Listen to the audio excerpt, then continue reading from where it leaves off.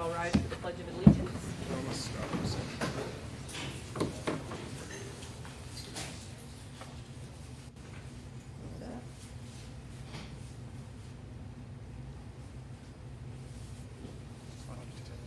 Get the technology going. The whole world stopped. Here we go. All right. Excellent. I pledge Pledge allegiance. allegiance to the flag of the United States of America and to the republic for which it stands, one nation, under God, indivisible, with liberty and justice for all.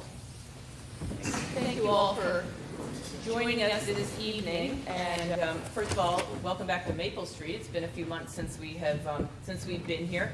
I would just like to make a note that sometimes this room can have some challenging acoustics. So if you are speaking tonight or you're having difficulty hearing us, please raise your hand and let us know before too much time elapses so that we can adjust our volume up here. So thank you. Any additions or deletions to the agenda tonight? We added an update from Ms. Clark on the programmatic budget, which is 8 items for board discussion B. Great. Besides that, we're in good shape. Thank you very much. Any correspondence? I think there is somewhere around, and we'll get it to you, we have a bunch of thank you notes from the artists of residence. And we have booked for everybody's calendar January 30 for the senior lunch.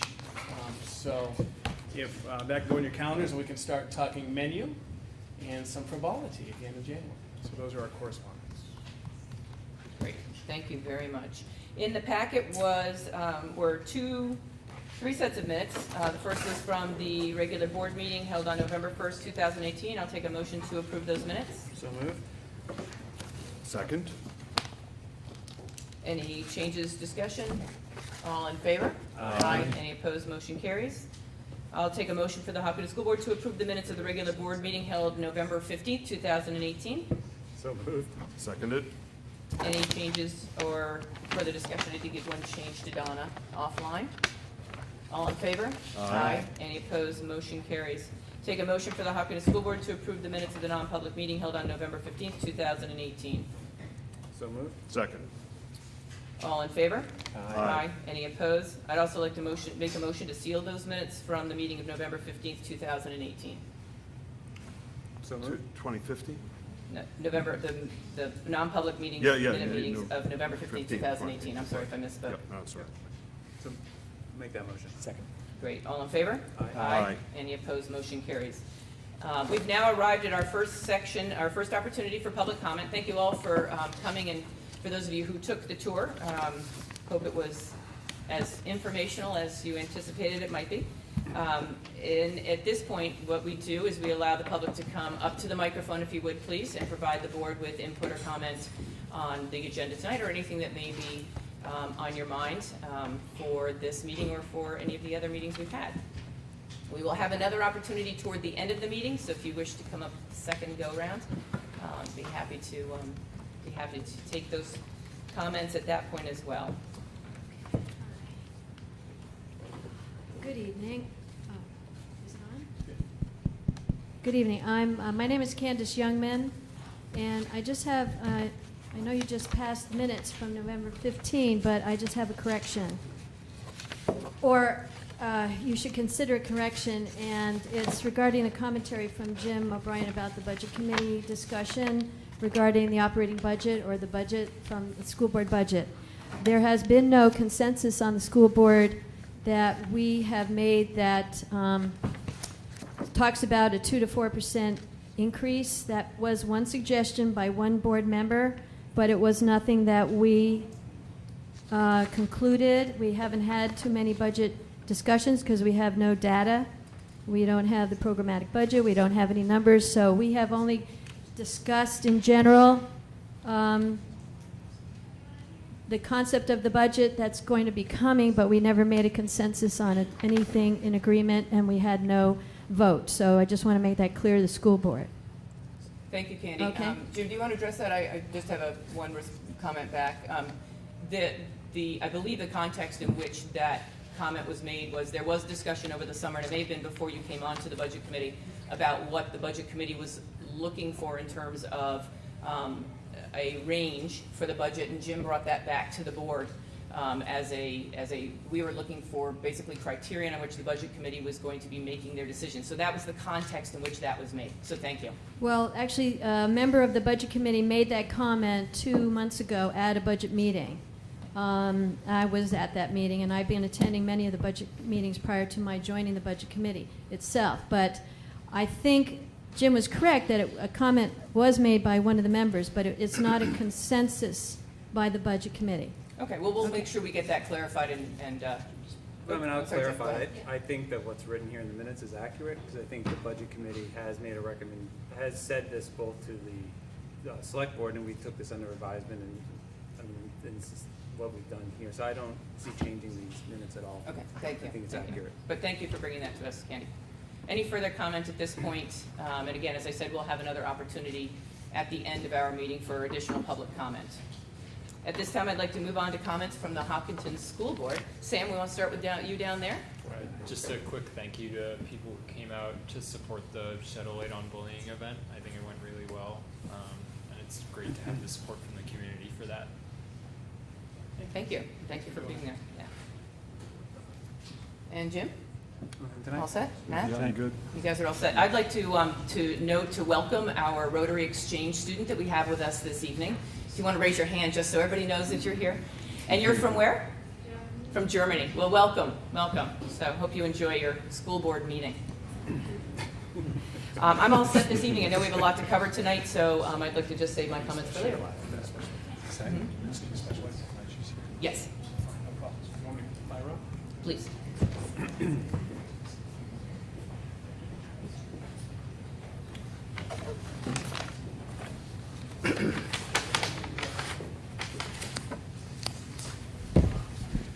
During the presentation, I'm going to reference some documentation from Harriman. It's going to be very difficult to see it on the slideshow, so it's coming around. I'd like to begin by just introducing Bill Caruso as our Director of Facilities. Bill, thanks for coming tonight, and thanks for handing that stuff out. I'm very privileged and pleased to welcome Jay. Working with you the last 2-3 years has been a pleasure and learning experience. Thank you so much. And Dan Bison. Dan, thanks for coming tonight from Harriman. I appreciate the opportunity to work with you. And this, just a quick review.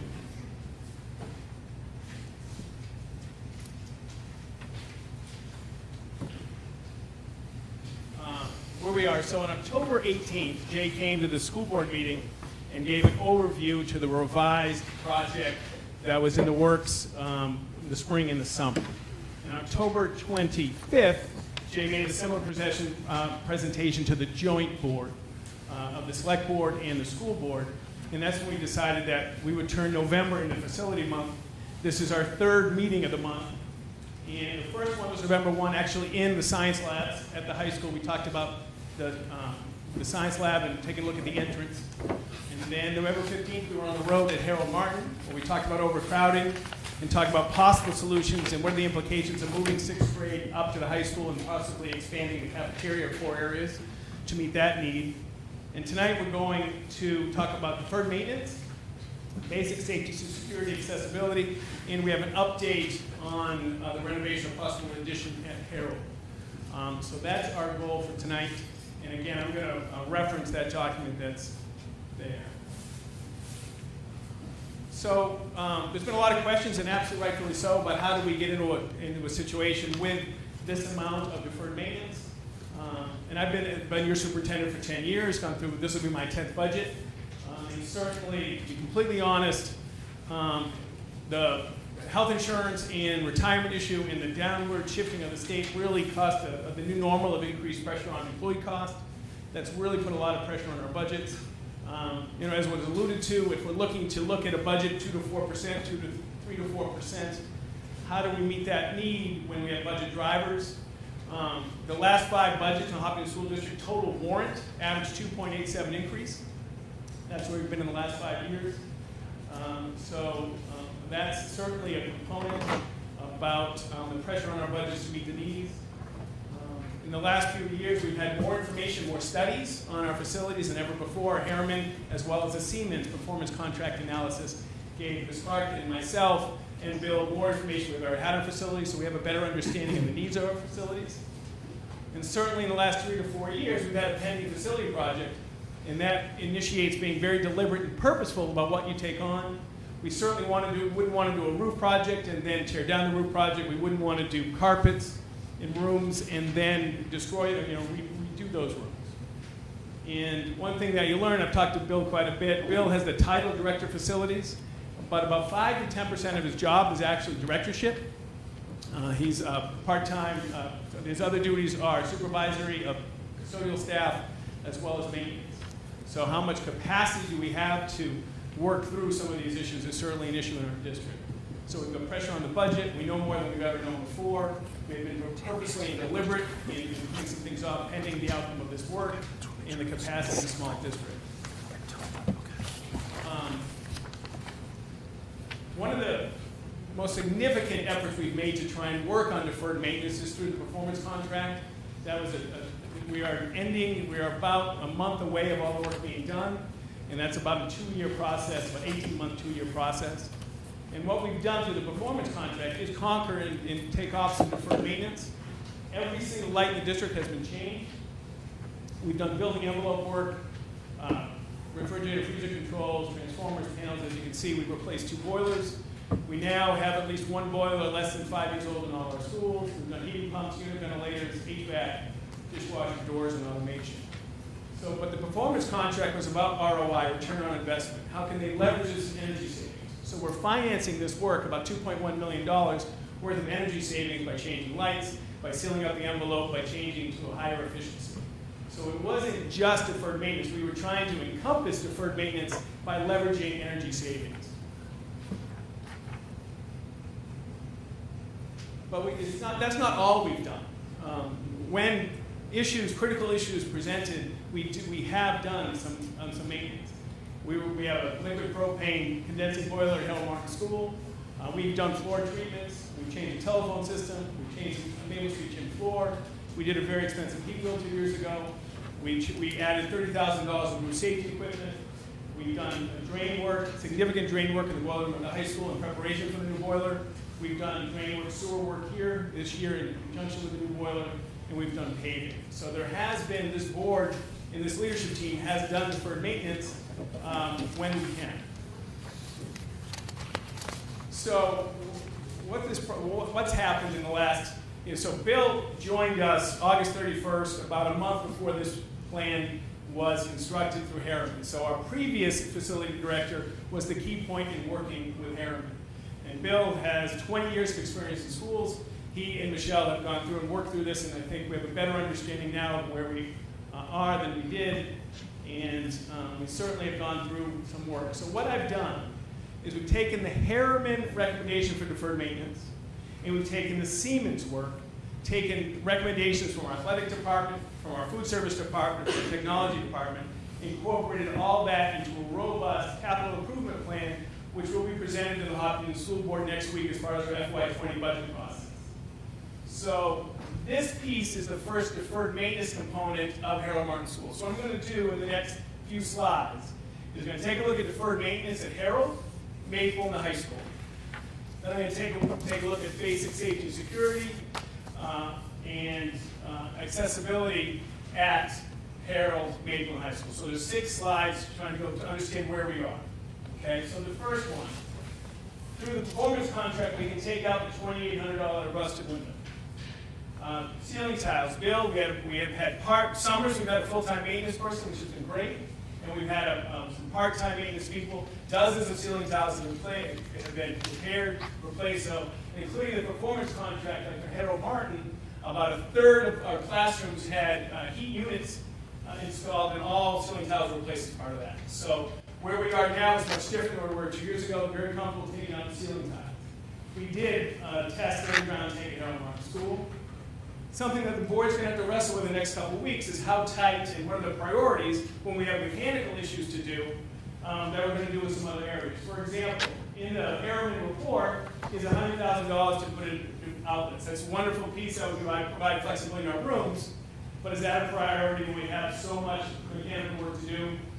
The board will see that that's not in the CIP 5-year plan, so it's not a priority.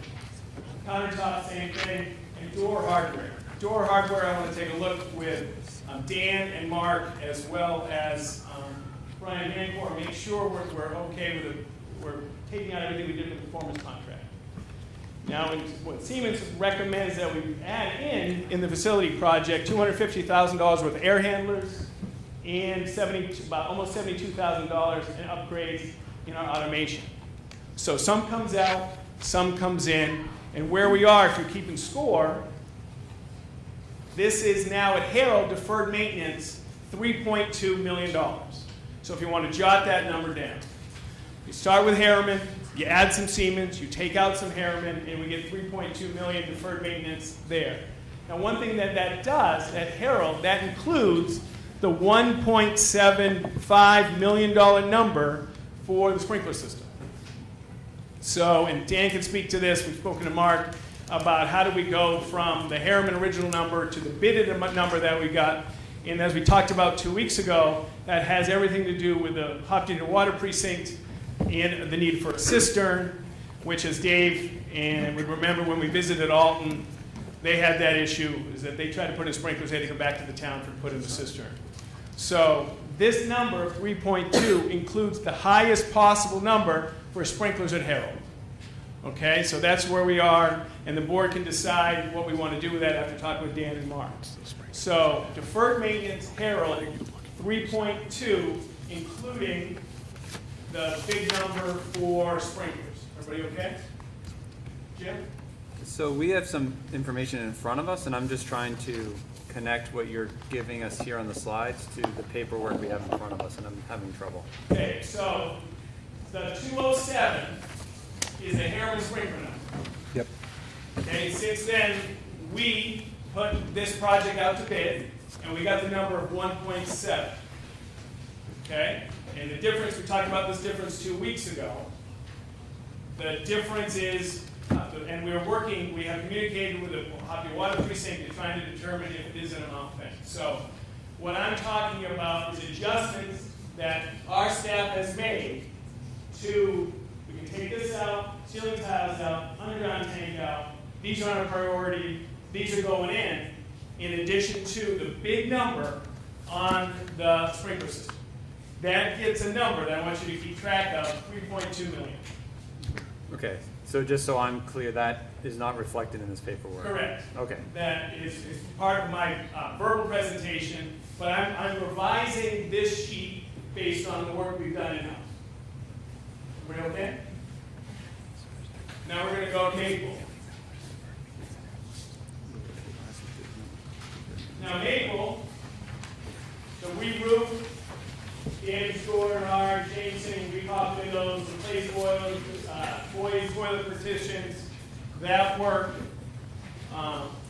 That work is still absolutely, completely valid. We don't have anything to pull out from there. Aging emergency systems, replace outdated fire alarm. It's replace boiler, we did that, provide additional data drops. All we think is supported, it's in. Now what we're talking about removing is $100,000 for electrical outlets. It's not in the 5-year CIP. Based on all the work we have to do, that's not as high a priority.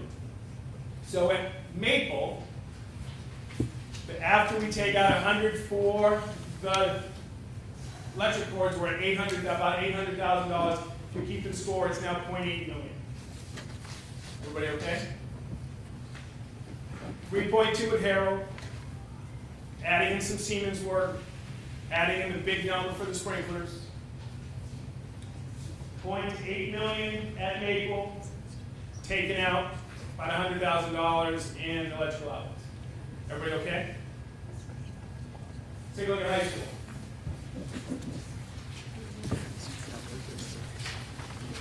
So the high school,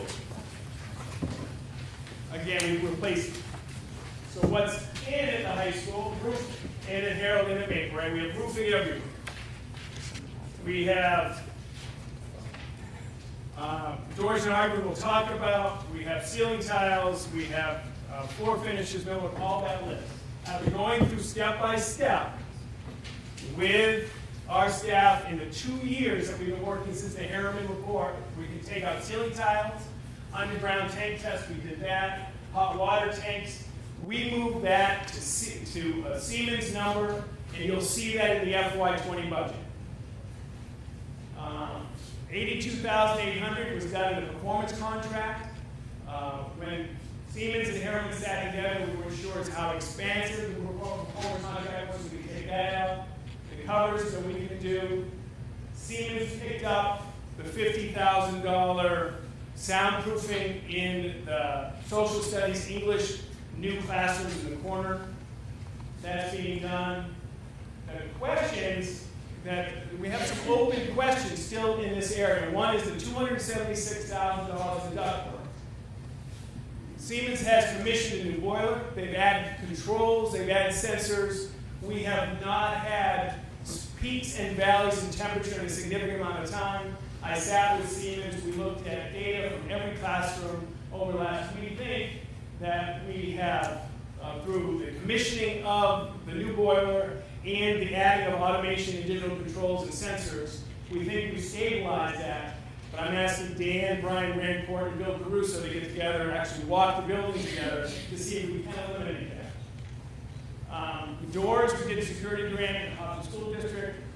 The $124,000, we're going to ask Bill and Dan and Mark to take a look. Some of those are inside, some of those are outside. The outside ones we've done. The inside ones we want to see if they're a priority.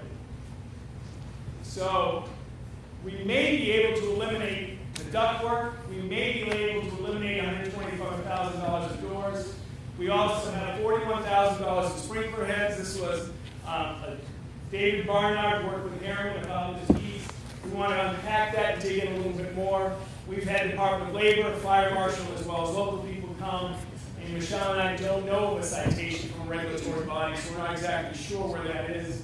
So Dan and Mark will walk with Bill and maybe Chief be able to see where we are. So we may have approximately $450,000 here that we can eliminate.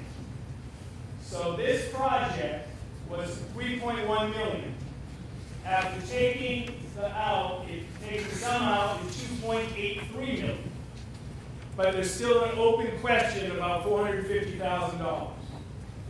And we may be able to reduce this by over $400,000 more. That would be the ductwork, that would be the sprinkler heads, and that would be some door work. Okay?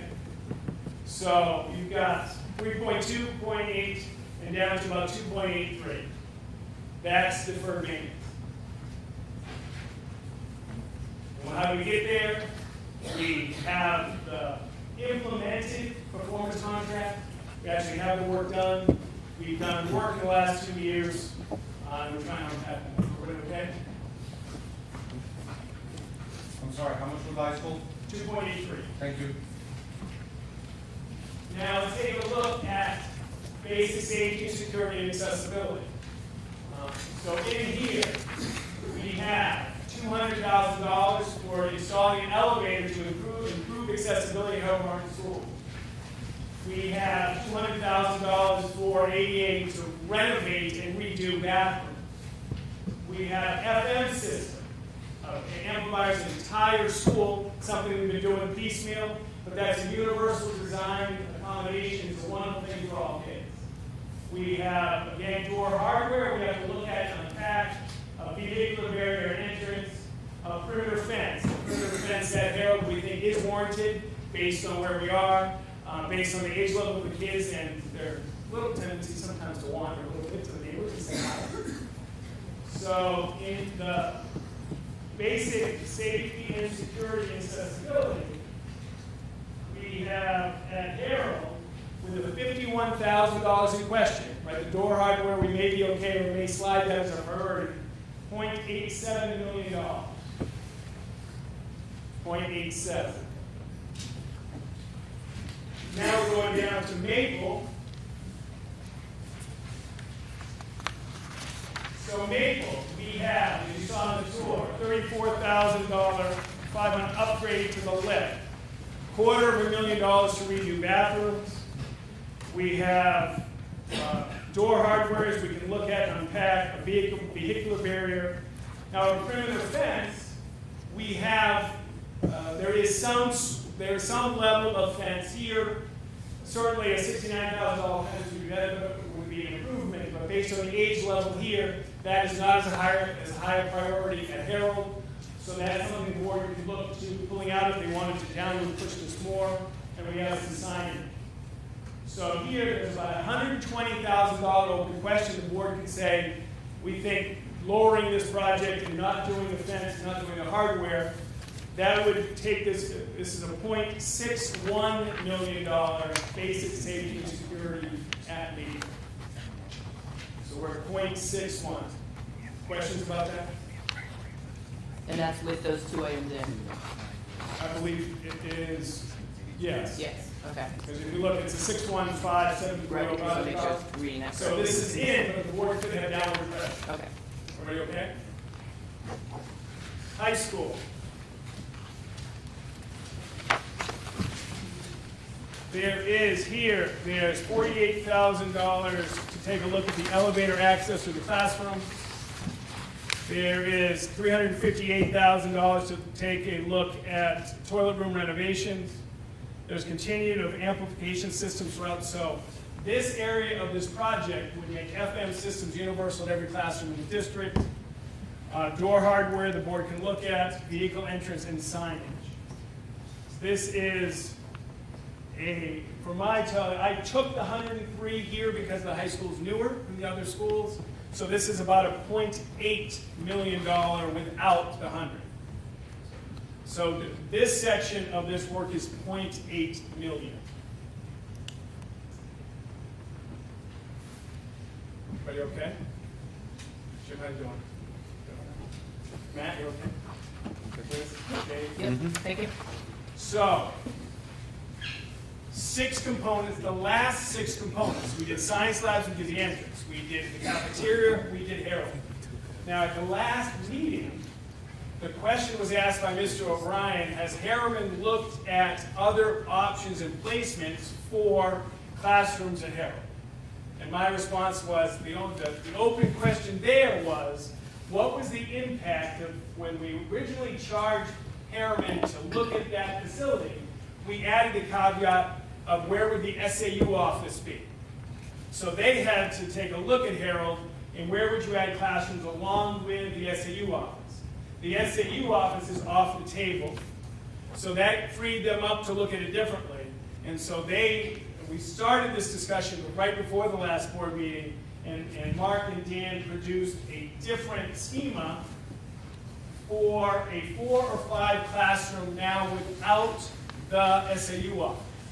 That freed up and actually reduced the price. So this is a picture of a possible classroom here and 2 possible classrooms here.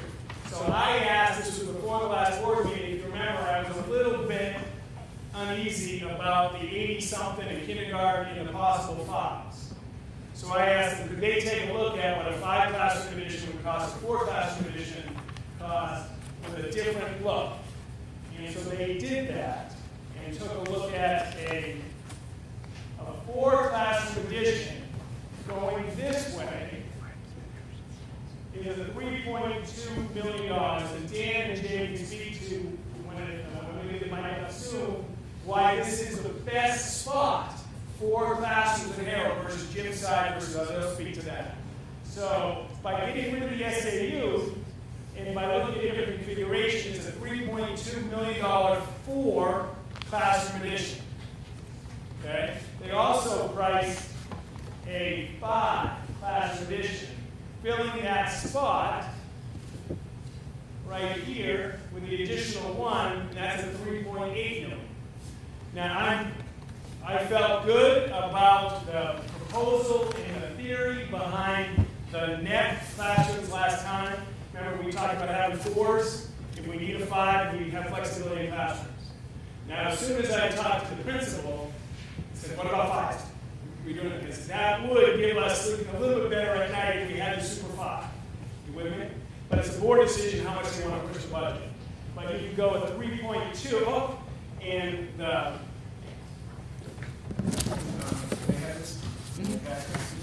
anyway, this is the area behind the 4 and 5 classroom. Everybody got the green pen? So, that's revision since our last meeting 2 weeks ago. Everybody okay? So, where are we? The deferred maintenance, I gave you those decimal point numbers. Deferred maintenance is $6.83 million. That includes $400,000 to $500,000 worth of costs that we may be able to push down. It includes the highest number for the sprinklers. One thing, and when we start looking at shading it and sharpening the pencil, taking a look, one thing I do want to bring to our attention is part of the Harold Martin work is renovating half of the classroom into an office space to add a conference room and new nurse space. That would be upwards of about $100,000. I haven't seen that in Cape yet, but I want to keep that in mind. So we have 6.83 deferred maintenance. And some of the deferred maintenance is floors, it's millwork and things like that. Okay. The basic safety, security, and accessibility is $2.28 million. That's lifts at Harold, lifts at Maple, in classrooms, toilet rooms, bathroom renovations throughout our entire district. It's evidence systems throughout our entire district. That's 2.28. Science labs, I think this is rounding up a little bit, but $2 million. One of the things that I also talked about a month ago is creating a flexible dry lab space. I want to make sure we have funds there because we're going to need that 5th lab for physics in a place that don't need water. And then if you do the Harold Martin 4 classroom, which is what was recommended by me last meeting, that would be 3.2 with me. That was the revised number from Harold. If you add that up, this project is 4.31, open question, $400,000 or $500,000 worth of sprinkler heads, worth of HVAC, worth of doors. It's also, so that's there. We also have to look at about $100,000 for office renovation here. 4.31. The next step for me as your superintendent is to work through those open questions. Dan, Mark, Bill, Brian, walk it. Do we need that 274? Can it come up? Take a look at every door. Bill, based where he is, what work can we do in-house for doors? Is it locks? Is it frames? Squeeze that. Make sure we have a hard documented number on the renovation of the heavy reno at Harold, and come back to where the board wants to be. What this doesn't address, and now remember, this was, the board looked at about a $15 million, right? We did the survey, we thought that was a sweet spot.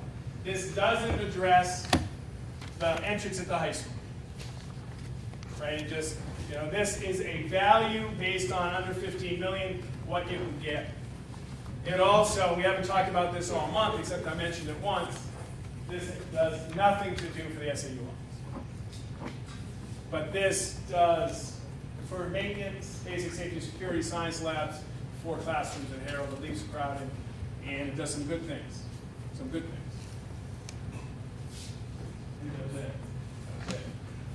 With Liz's permission, I'll turn it over to Jay and Dan to run through some questions that they've received over the last week and a half or so. And then the board will ask questions for me before I turn it over to Jay. I just have a quick one, because you've done it in the past in your presentations. So have you done sort of what a bond run would look like for 14? I didn't. I got the 3.2 yesterday for cost, but I will have that for next week. And if the board would, Jim, would you like it at the 4.3, at the 14 point, at that number? Yeah, I mean, that's fine. I think it just, as we get numbers, just having some idea around tax rate impact. I will make sure I have, I apologize not having that on it, was trying to put this all together, but I will have it for the December 6th. Thank you. Jay, thank you. All yours, big fella. Do you want me to use the microphone, Steve? There's one in front of you. Will this project out here? Yeah. Okay.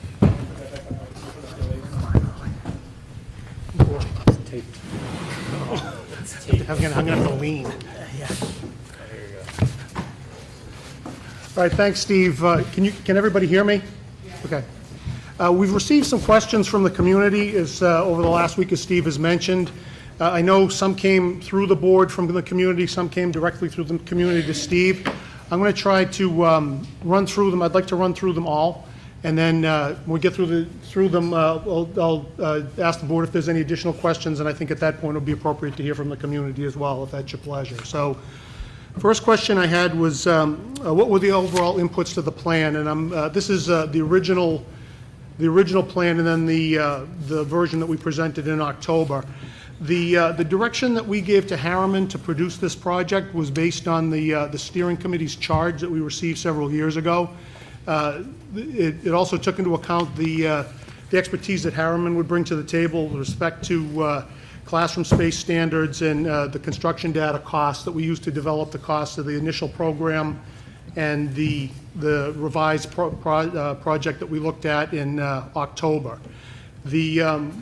As the project came together, we took a number of different inputs together, and one of the questions that came up was, what was the feasibility study associated with this? Well, I guess we'd consider the supporting documents and the actual report we did as the feasibility study. I didn't have any details on the question of what the feasibility study question was about, but we did look at enrollment projections.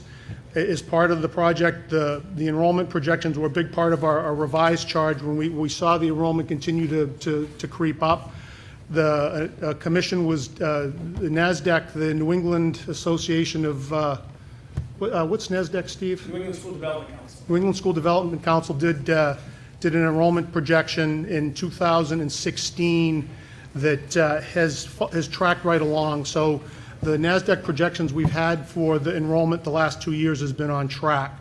So that information was part of, in addition to the bonding information we had, figured into the feasibility of the proposal. One of the other questions, what themes are you seeing across the industry? What are schools investing in?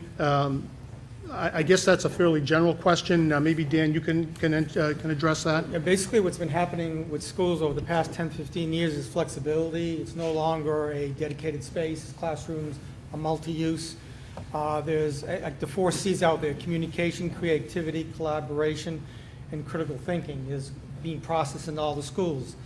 So the spaces are going to be very flexible because things will change even after we're done designing 4 or 5 years. New implementations with technology will definitely crop up. So constantly trying to make the space very, very flexible. And integrated technology can be brought in at any moment. So that's where the theme is really a flexible learning environment.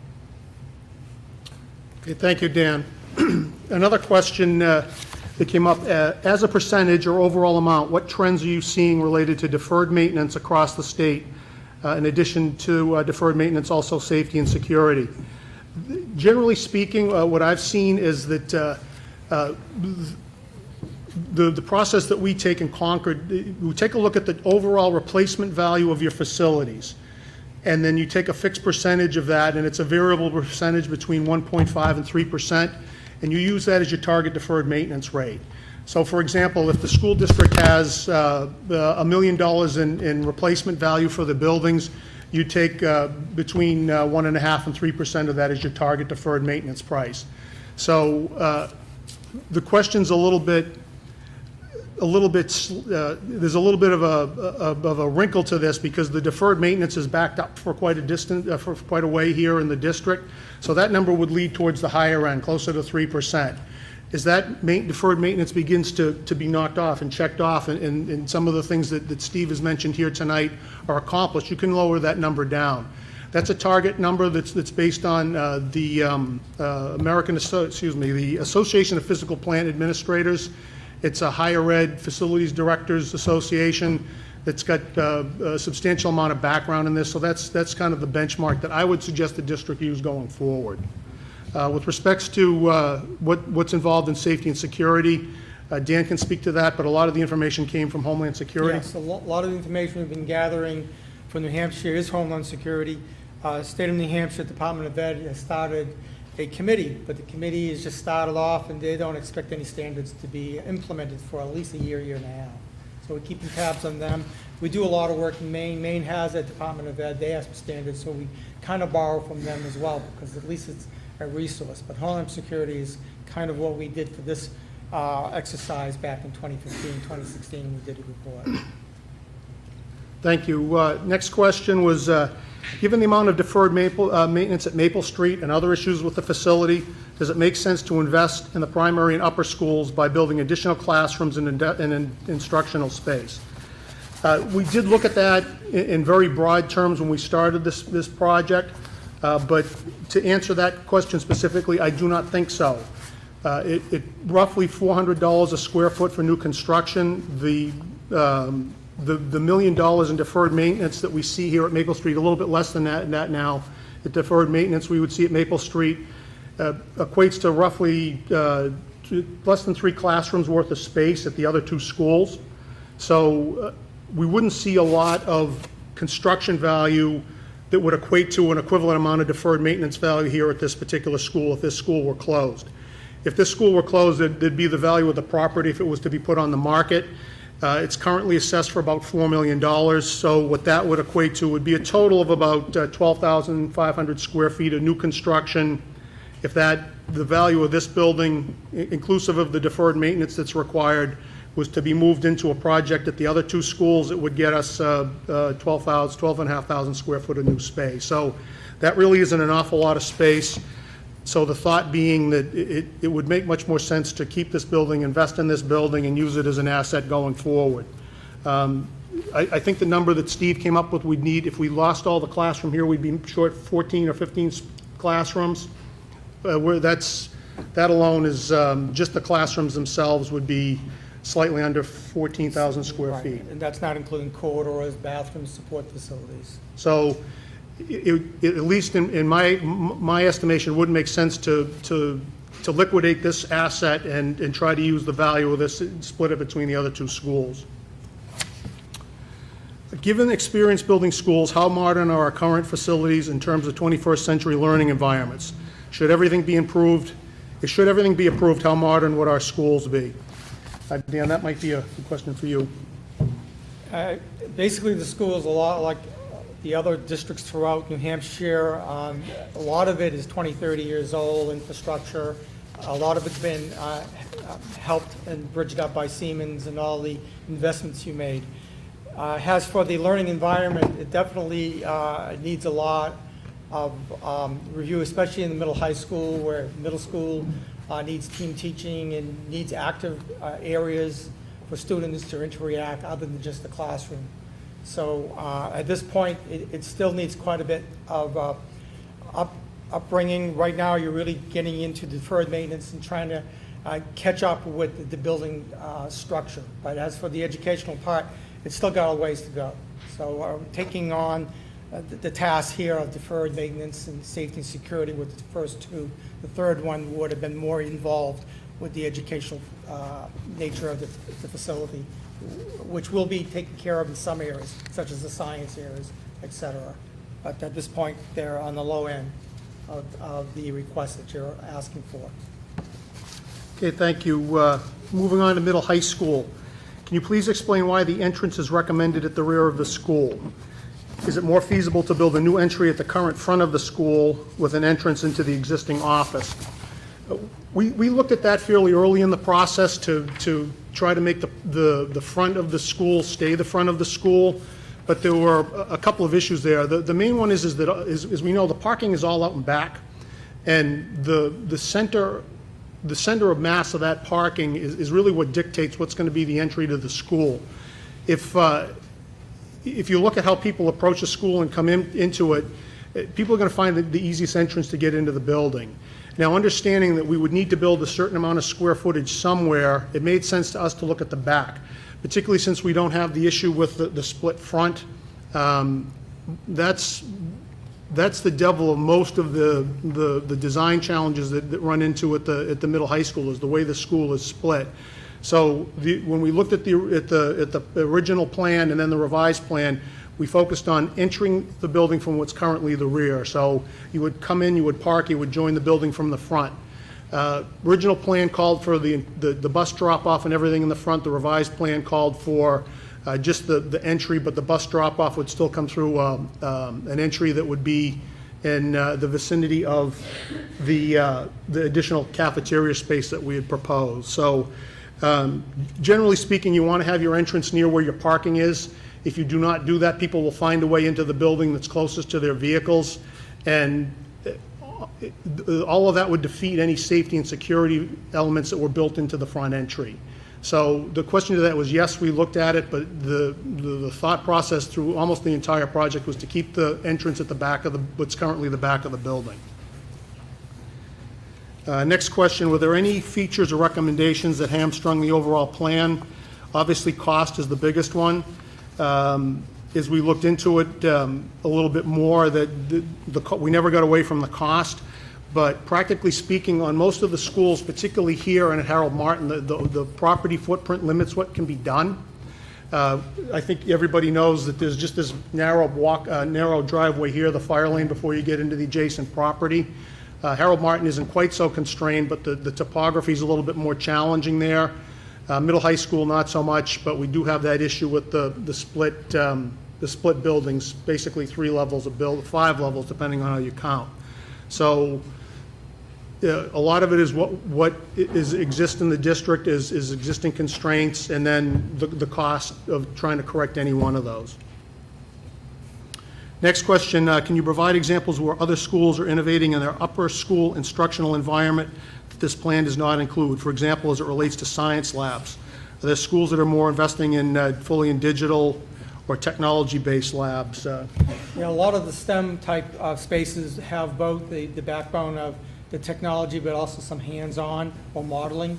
That's a big area, or STEAM, which is also used quite a bit with the arts. So those are the areas where science are moving, and we're planning on at least having one of them being STEM, and then the other 4 being more traditional laboratories, but they need to be basically totally redone. A lot of the services in those areas are quite old, and it would be much better to basically start from scratch in those areas. So science is a real big area. The 4 classrooms in the rear are basically meant for the 6th graders. There were some questions. One of them could be maybe converted into a multi-use space for science for the 6th grade as well as classroom, and that can be looked at. Moving on to Harold Martin, can you explain the cost associated with the additional classrooms? At $400 per square foot, what are the additional costs associated? A lot of that gets back to the point that Steve raised as we went back and looked at Harold Martin. The original plan that came forward included the SAU space at Harold Martin School, and that put constraints on what Dan could do as far as where the classrooms were laid out. There's a term that Dan will use that I don't completely understand called adjacencies, that you want to have the classrooms near the classrooms and the cafeteria near the cafeteria. So to make all that come together in the original plan, it involved quite a bit of additional work. As we look at a scaled down version of just the 4 or perhaps 5 classrooms at Harold Martin, the price should come down. So I think we're seeing that in the information that came out the other day. And basically what we're trying to do is having all the classrooms into the general same area. If we were trying to venture out towards the gym, we need to cross the gym in some manner with a corridor around or through. Then that adjacencies of those classrooms would be disconnected from the rest of the classrooms. So teachers trying to work together on assignments, et cetera, would be separated. It'd be a little bit of an island. We looked at the end of the classroom wing where the art is. That area slopes back, so we could easily afford to lose one classroom, get a connector, but the upper floor, we wouldn't lose one. All the other ones, we would always lose 2, so it was an easier place because we took advantage of the slope. The slope gave us 2 over 2 in series of 2, so there's 4 and 1 extra one that we're actually thinking could be incorporated into an art room and update the art room and keep the existing art room as a classroom. So that seemed to be well connected throughout the facility on that end of the building. Okay, thank you. Are you referring to the new plan right now? Yes. Okay. Next question, is it possible to convert the existing gymnasium into a number of classrooms? I guess it certainly would be, but it's probably not cost-effective. The way that gym is constructed, and correct me if I'm wrong, it's basically a steel frame with cinder block infill. So in order to make it structurally sound to the point that it would accept the additional classrooms, and there was another question about whether we could go do a two-level classroom or 2 levels of classroom in the existing gym. In my estimation, that wouldn't be feasible. Yeah, basically the gym, if you look at it, like these structures are very deep. The trusses over there are the same way. So your floor to floor is from the first to the second would be matching the existing second floor. That would make the cafeteria really shallow. So you really have an issue of feeling like you're crammed in because the ceiling would be fairly low. Then on the upper floor, what would support that would be columns from below because the existing structure can't support a second floor. And then the structure of the gym are deeper than the classroom. So there again, you'd wind up with a very shallow classroom, probably like an 8-foot ceiling, which is going to be really, really difficult to gauge. And if you did that, now you're winding up using the existing stairway from the administration area to get into that area in a sense of egress. You need another stair on the opposite side because the classrooms could not exit from just one exit. You would need a 2. So you need to build another stair.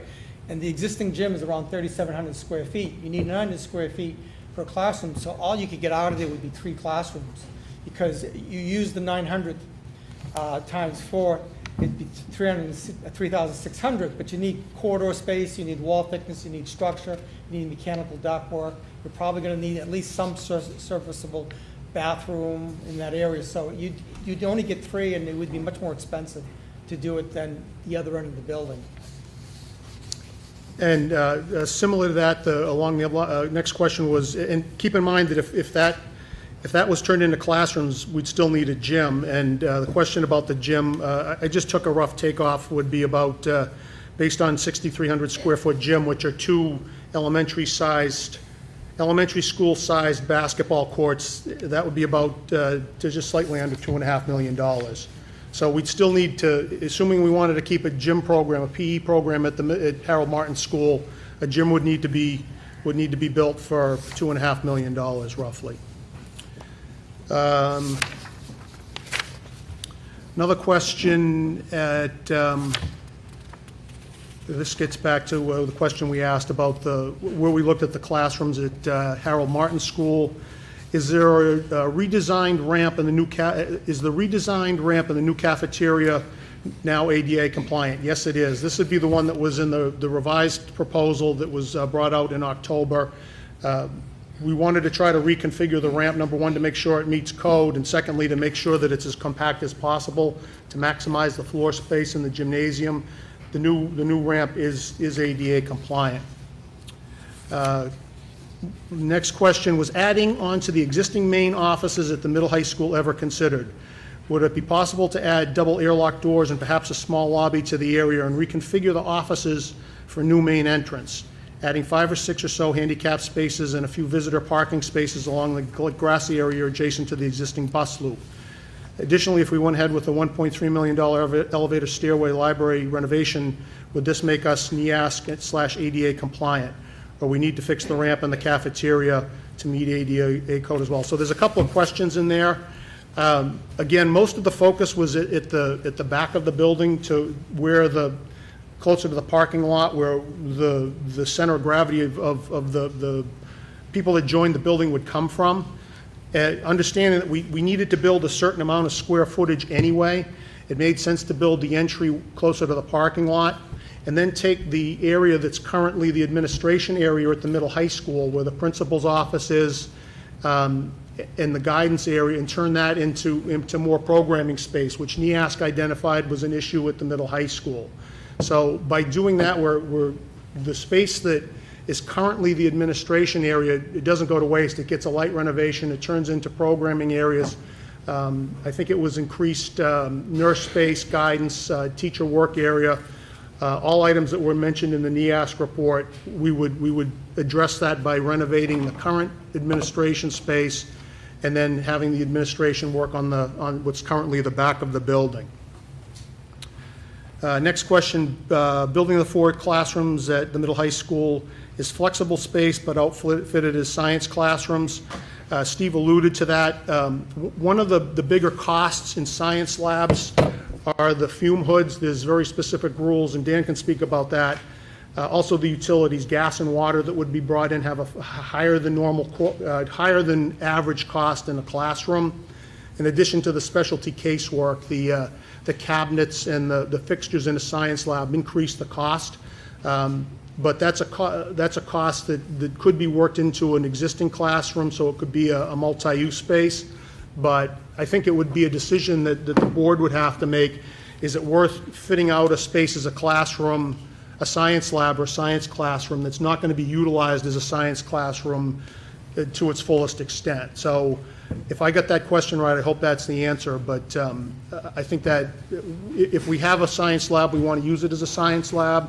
If we have a classroom, we want to use it as a classroom, understanding that the cost of fitting a room out as a science lab that's not going to be used that way could be not the best use of the resources.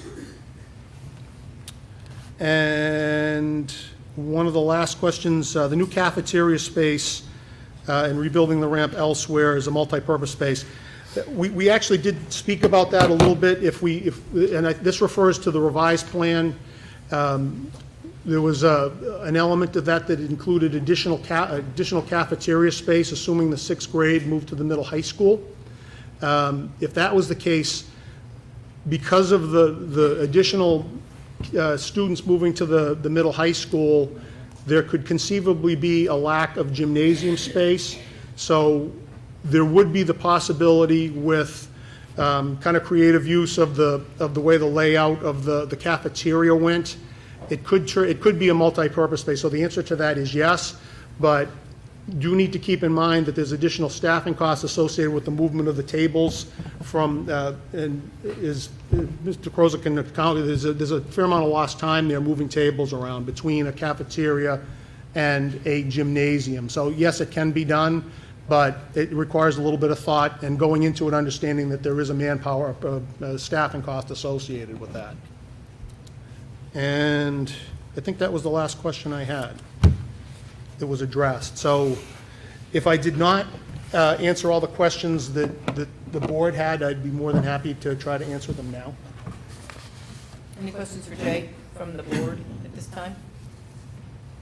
Thank you very much, Jay. That was very, very helpful to hear the explanations on a lot of those. At this point, we can open up any questions for Jay or Dan about the questions that he answered, or other areas that maybe didn't get answered that came up in Steve's presentation that they may be able to answer for us this evening. Does anybody have any questions specifically for those two?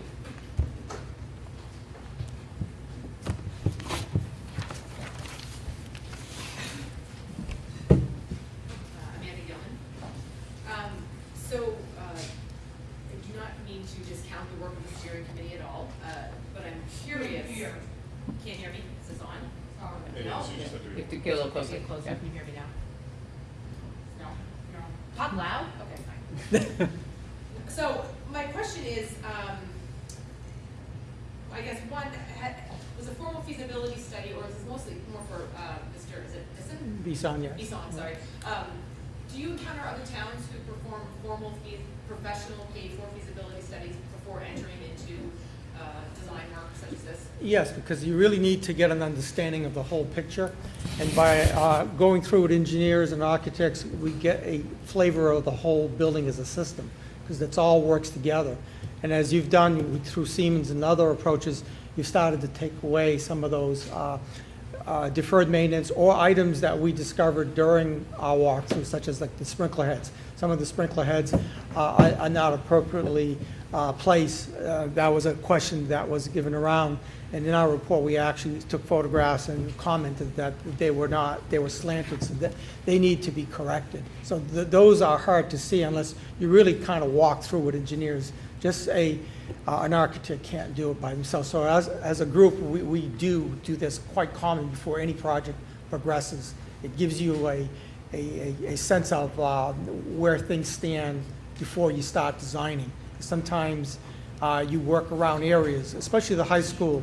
Some of the challenges was the elevator. The elevator presently goes through 2 spaces we found a way of coming and using the back entrance to connect to the existing elevator and not going through spaces. So those are the things that are nice to know all around. But with that, we also took into account, well, how is that going to affect mechanical, electrical, structural, et cetera. So I asked this because I've spoken to 2 Hopkinton residents who are architects/engineers, project managers for other firms, for other schools, and they both were surprised that we hadn't actually paid for a formal feasibility study, that we had done it ourselves. And so I guess your Oh, answer- he's been paid. Yeah. Well, but my question is that you essentially performed a feasibility study. Yeah, Is our that- company did, That's what yes. this is. Okay, So if I can, this, I read that, yeah. okay, this was, I did. God bless you. This was produced by Harriman, and then this was the basis for the report that the steering committee did, the shorter one. Okay. And then the step that we're actually walking through now was the reduction in scope that Harriman's continued to Right. help us with. Okay, thank you. So, then another question is also from Mr. Harriman, Dan would be Dan. fine. So the numbers have been presented for all of these multiple levels, have been your estimates from your firm or your estimated construction costs from your firm. Those are not actual bid costs. Is it standard operating procedure for towns to bring to bond, a bond based on estimates from your firm? Yeah. Or do they often go out and get, or do they To go out to and bid, you'd have to design the entire building on paper. That would take 6, 7, 8 months, and it would be extremely costly. It's usually around 7-8% of construction costs. Then you got to go through that whole process of bidding. So that takes a lot of time and a lot of investment. We do a significant amount of schools in New Hampshire and Maine. A lot of these schools that we have done have gone through estimates through professionals within the firm, as well as through our own review of projects. So we use a blend of different resources for estimates. Every year, there's at least 7 to 8 schools that we work on that goes out to construction. So we got updated numbers by unit costs or by divisions or by area. So our engineers and architects have a variety of resources to get those budget estimates. So the reason I ask this is because I feel like these numbers have changed off and on, and I'm having a hard time honing in on what the actual costs are. So the new revised cost for the new proposal that was brought forward tonight for 4 classrooms, I believe, was 3.2 at a cost of how much per square foot? Which I don't have that in front of me. Yeah. But drastically less per square foot than was the approximated estimates prior. Okay, I think, I don't want, I think, Dan, I don't have that exact number in front of me, but, 250 per square foot. okay, so what that number, there's 2 elements to that. There's some contingency numbers in there, and Dan, correct me if I'm Yeah, wrong. soft costs. There's the contingency cost, one of them is a design contingency, and Dan can help me out on this one, but the design contingency would be a cost that we find as we get further into the construction document. So, for example, let's say, as the project gets to the point, and we're getting to the point that we're ready to get to the design documents, there's decisions that are made about the design of the, maybe the flooring, what else would I be? Yeah, a lot of times we know there's going to be some unforeseens. We can't go around and take apart the building in pieces and go and take a look at everything. So it's a industry standard to use 10% contingency on a renovation addition, because typically you will, as soon as you start digging into the project, you are going to find things that we know we're going to see things that we're not accounting for, but despite visual walking around. And in addition And to the that, soft there's costs, soft costs, 35. furnishings, And Yeah. that you included in all of these estimates. Yes, because it's conceivable that some of the furniture can be reused. It's conceivable that there are other things that will not factor in for that full 35%, but I think at this stage, it would be a mistake not to calculate, not to at least get it out there, and if it comes in under that, as the project goes further towards development, these numbers are all gonna move around a little bit, but all of those contingency numbers will narrow the closer you get to a Right. final design document. I guess I'm uncomfortable with the moving numbers right now, is really what's getting at me. I guess my last question is, we didn't mention the elevator, in this new thing tonight, it's probably, I'm getting ahead of myself. Is that off the table? I guess that's a question for you for later, so. It just wasn't part of tonight's deferred maintenance and, Yeah. At the high school, there's The high about school. $50,000 in to take a look at the classroom, and there is an elevator at Harold, and there's a new lift here. I'm assuming Right. strictly the middle high school, is that off the table now, that it's 1.3 million to pull the elevator out of the library and out of the classroom, which involves new construction at the Hopkinton Middle High School. 1.3 that was broken out, so is that off the table now? well, there's no decision that's I don't been think made, anything's it's just off. presentation. Okay, I guess in total over here didn't have anything about any of the other options, so, okay, thank you.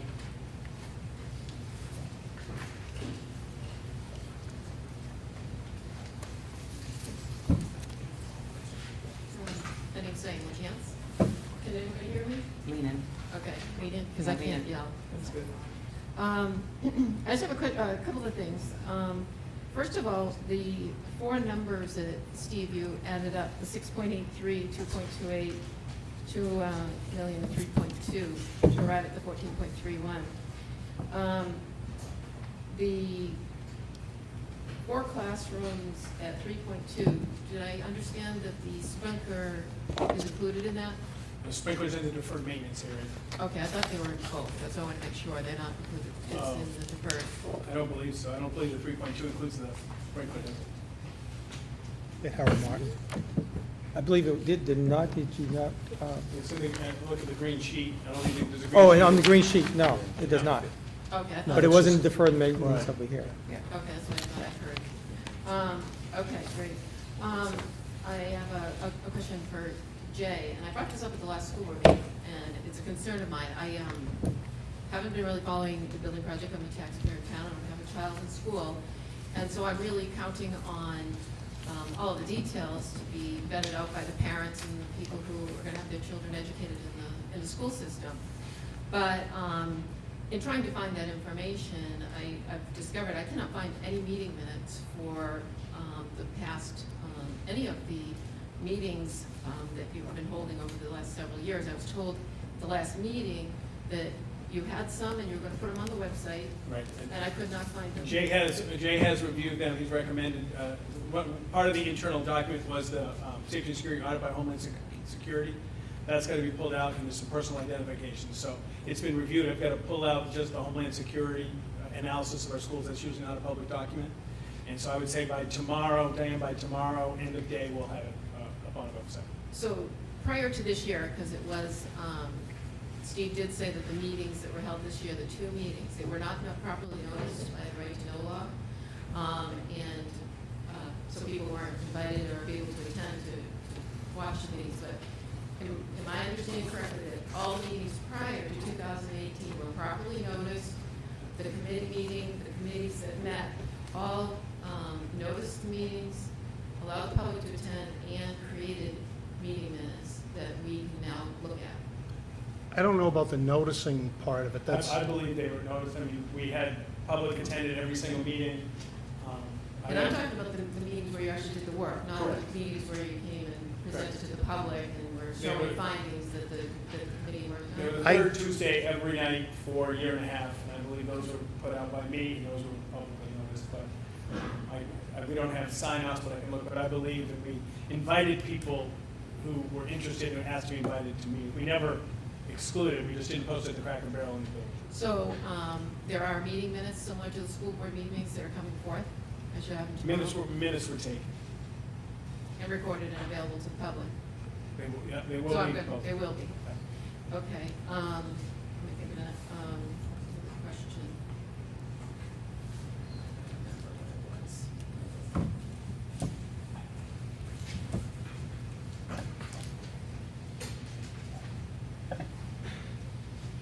Oh, I did find on the website, I did find the committee reports, but that's what I'm looking for, is the meeting minutes from those reports. Okay, that's right.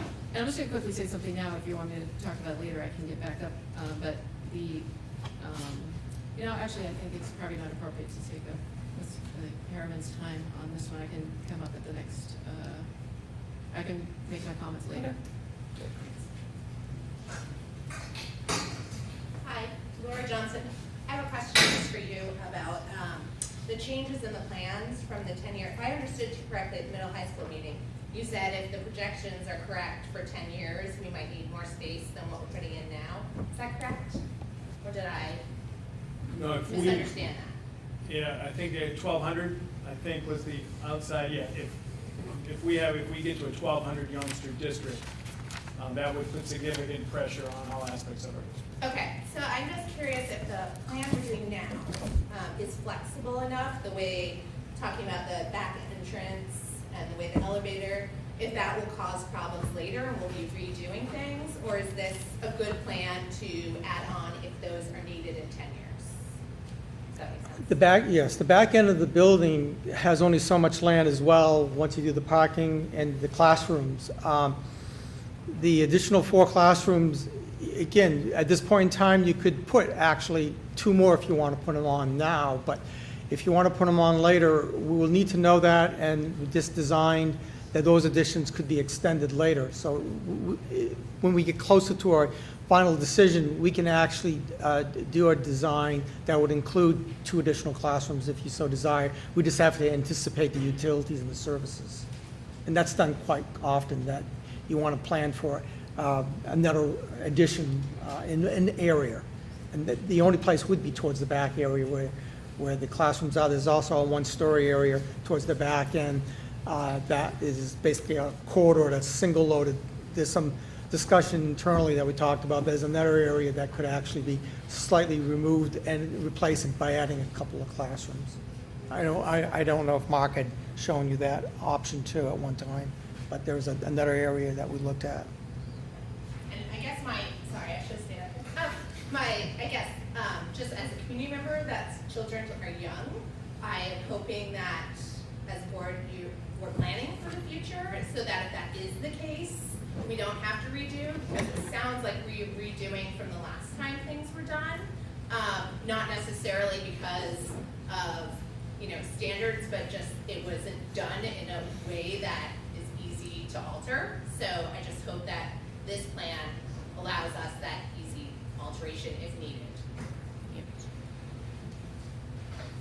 Any other, oh, yes.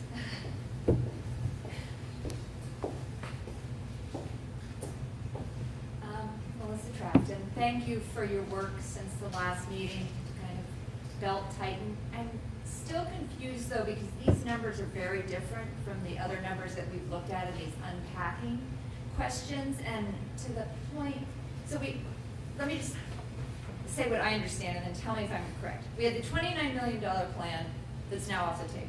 We have the plan that was proposed in October, which took elements of that, and I never did the math to add up how much that was going to be. My understanding was that was what these 3 sessions were unpacking. And then now there's the total of 14.1, which I realize is a response to the community's concern, and I very much appreciate that. But just to be clear, that now doesn't include the $8 million entrance in the back of the high school, Correct. nor the ADA ramp, nor the elevator fix at the high school. Is that correct? Or 6th grade moving. Right. Right. So, no, I thought it was either Harold or 6th Right, grade right. moving. So So just this to be clear. is a plan that is now just Harold Martin, but doesn't solve any of those other problems And in fact, you could take at the the high out school. because you have Is that correct? It solves some deferred maintenance It solves the issues deferred at the maintenance. high school, as well as safety, security, and accessibility at the high school. So all buildings are impacted. So I think what you're jumping to is looking at everything as a total project. Yes. This isn't a total project presentation. This is a presentation on deferred maintenance and safety and accessibility. As Steve gave, the last slide was a total cost. For these items. Plus science labs, no, science Oh, labs. plus are- science yeah, labs, science labs. right. Yes. I think that's confusing people because it had a number of the elements from these 3 meetings, but not all of them. And you mentioned trying to work off that 13 million number. Right, so that's correct. Go ahead. This is, if we're trying to get to an under $15 million project. Right. This is not the 8.2 million, this doesn't do It's a everything. weighted. This does significant things. Right. But this 14.31 is focused on under 15. But it does not fix everything. So if the board wants to jump back in and do 1.3 million in elevator, yay. If the board wants to do 8.2, absolutely. But this is, everything we talk about trying to get to under 50. That's how I heard it since the survey and since the time, and this is what can be done. And at the last meeting, Steve's recommendation was not to move 6th grade, which then meant, and based on Steve's recommendation and what he presented tonight, this was where he landed to show us, based on his recommendation of not moving 6th grade for a lot of reasons that we went over in the last meeting, and then also staying within a range that the community had expressed to the board fairly clearly that they were interested in staying. So it was, again, a slice of what, it is a picture of if we were to do everything within that range, this is what it would look like. Right. Okay, Okay? great. I totally understand. Still a lot of moving parts. Yeah, and I think that was, Laura's question was actually about the entrance at the high school. So if this is the proposal, then it's kind of. The October project added up to about 25, as I remember, Yes. That would- total with everything from the revised charge. Well, it was, I think it was more than that. It was like 28. 28, okay. And I appreciated your feedback, Jay, and I realize that now is a project that has now been kind of pulled apart. And I think the community response about asking for that different front entrance was, would that be a temporary solution that would come in way under the 8 million, and that was why? It would, honestly, I don't think it would, there may be some savings there, but if we're looking at having to build a certain amount of square footage, I won't say it doesn't depend where it is, but if we're looking at it at the level we're looking at now, about major moving parts, it certainly, if we're gonna build, how many square feet was it? No, but we're talking about not if we weren't building anything, and one of those Yep. questions was mine, and I think you were thinking if it were still building a lot. I think the question was, if we didn't add anything to the Okay. high school, would there still be a kind of temporary measure that wouldn't be huge structural impact, but that would allow people better ADA access and people to access on the level at which, if the elevator were fixed, it would open there. I misunderstood the question that was asked, and, but I think that probably not. There's nothing that we've looked at so far as construction that's anything on that side of the building, other than the cafeteria element of the breakdown that was given in October. Right, no, I understand, yeah, I think, we understood that it wasn't part of the other plan, it was just, is there kind of a stopgap measure? It would be. It's not part of the new plan. Right. So, I would, currently, no, there's nothing there. thank you. Thank you. Any other questions? Good night, thank you. Really quick question, John Dunlap. The extended cost year over year, based on a 5% increase? No, it was when we started in 2015, but the tariffs and all the construction inflation has gone to 7.5 and it's creeping forward. And we've been seeing that forever increasing. The tariffs has really hurt the industry, and it's an unknown because the cost is passed down one way or the other.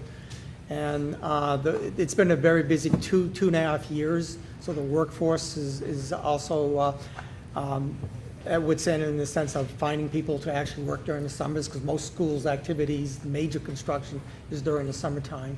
So that's a strain on just the material supplies and the trades. So it's been creeping up. 5 was something that we were using three years ago in 2015, 2016, but it's forever going up. And also, it bears note, and because I think it might get back to some of Amanda's questions, is those numbers are escalated forward to the time that if the project was approved in March, it would be bonded probably that fall, so. And then construction a couple years. 5% seems too low. It looks like going from 20 to 21 at the last column of your numbers, it only goes up 5% in the extended cost year over year.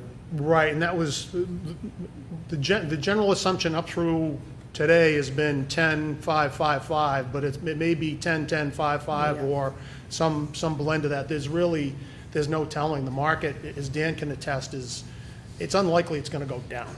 No, agreed. So, and I think it would be a mistake to lowball it, Yeah. hoping that it's gonna go down, so. My point was actually it looked a little low in the outer years. That was my Okay. point as well. Second question, this may be nitty gritty, but you talked about the air handlers tied to the Siemens project, are they new air handlers, they're replacements? Replacements. Okay, and the Siemens work was all based on ROI and return on investment. I guess that doesn't cover the scope, there wasn't enough justification for them to cover Correct. investment? Correct. Thanks.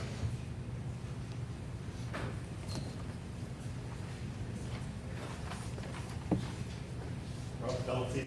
Unfortunately, I got to catch up, and this is the first meeting I've been to. Just want to offer a comment or two, though. You're going to have a big sales job to do, because we got turned down pretty hard last year. I haven't heard anything good about any of the numbers that are floating around town. When you hand out handouts like this, like I had 20/10 vision, I don't necessarily now, but this isn't a good sales job. Like this font, I don't know what size it is, but I don't even know if it's measurable. And it breeds distrust. There's already enough distrust of government around. When we talk and we keep having numbers that people perceive as changing, and what games are we playing, and then we get handouts where you can't read the numbers, that doesn't help our cause. And so I offer that as constructive criticism with my respect. I had a couple of questions specifically. I noticed when we were talking about the high school and saving like $124,000 for doors, and we said that was grant money. Are we really saving $120,000, or are we only saving 20% of that because it's an 80-20 grant? A great question. What we have to do is, so we got, that's already, I'm wondering if we've already replaced those doors out of this year's budget, because the security grant went further than we thought. So originally we had 3 doors, we've gone to 5, and there might be 8. So what I have to determine are those exterior doors, because we've replaced almost every exterior door out of the security grant, so that's already gone. Or is it indoors? And that's the walkthrough with Bill And that's the indoors we're looking at, and we do got to walk through, because I believe Mark had looked and found some particular doors got to look at to make sure that they're in or out. And then I missed a couple things. There was a couple things in the high school thing we talked about that we're taking a look at this for like 30 or 50,000 or something. What exactly were those categories? Or? Sure. One is, as Dan alluded to, walking through with Bill and taking a look at the sprinkler heads for $41,000. Is that absolutely necessary? Because we haven't had a regulatory impact on that, but we're going to take a look at that. Doors, as you just spoke about, there's also $274,000 in HVAC work that I need Harriman and Siemens and Bill to walk through to make sure, because the data, we just commissioned a new boiler there, and we've added automated controls and some sensors. In the last few months, we haven't had complaints about peaks and valleys in temp. So I'm hoping the commissioning of the new boiler and the automation has taken care of that, but I want to make sure that Bill Caruso, Dan, and Brian Rancourt from our project get together and say, yes, we have solved those issues through automation, or we do in fact need additional ducts. So I can't rule that out right now, but I know we haven't had the complaints about the temperature that we had when they were visiting and doing that work. And with any of these numbers and talking about maintenance, I think one of the things that's hard to swallow is being 6 point whatever million in deferred maintenance. Maybe there's not an understanding of what deferred maintenance is or whatever, but that's a hard number to swallow, and it feels like, okay, our buildings are falling apart. I know going to the gym and playing basketball at the high school, when we have to leave a garbage can, in the middle of the floor to catch the water dripping from the roof. And I've been told that there's, water leaking in the cafeteria roof. It's very hard to understand, how we got this far behind, and it feels like we're in bad shape when we have water leaking, from the roofs, especially when we just replaced the gym floor, and I don't know if we replaced the roof, but hopefully we fixed it last year. So just some thoughts. Thank you. I appreciate it. Just next week, I hope that people can stay engaged through the budget process in the next few meetings. You'll see in a presentation to see, one thing in the FY20 budget is roofs and the air handler above the gym. Both of those are in the budget. If the facility project passes or goes to and passes, then that's something that could remove. But there are some essential work that now, based on the plans, aren't changing the structure, so we think we can do some work now on this. So I agree with you. It is a priority. Roofs and an air handler above the gym and some others are in the FY20 budget. You'll see from the superintendent's budget next week.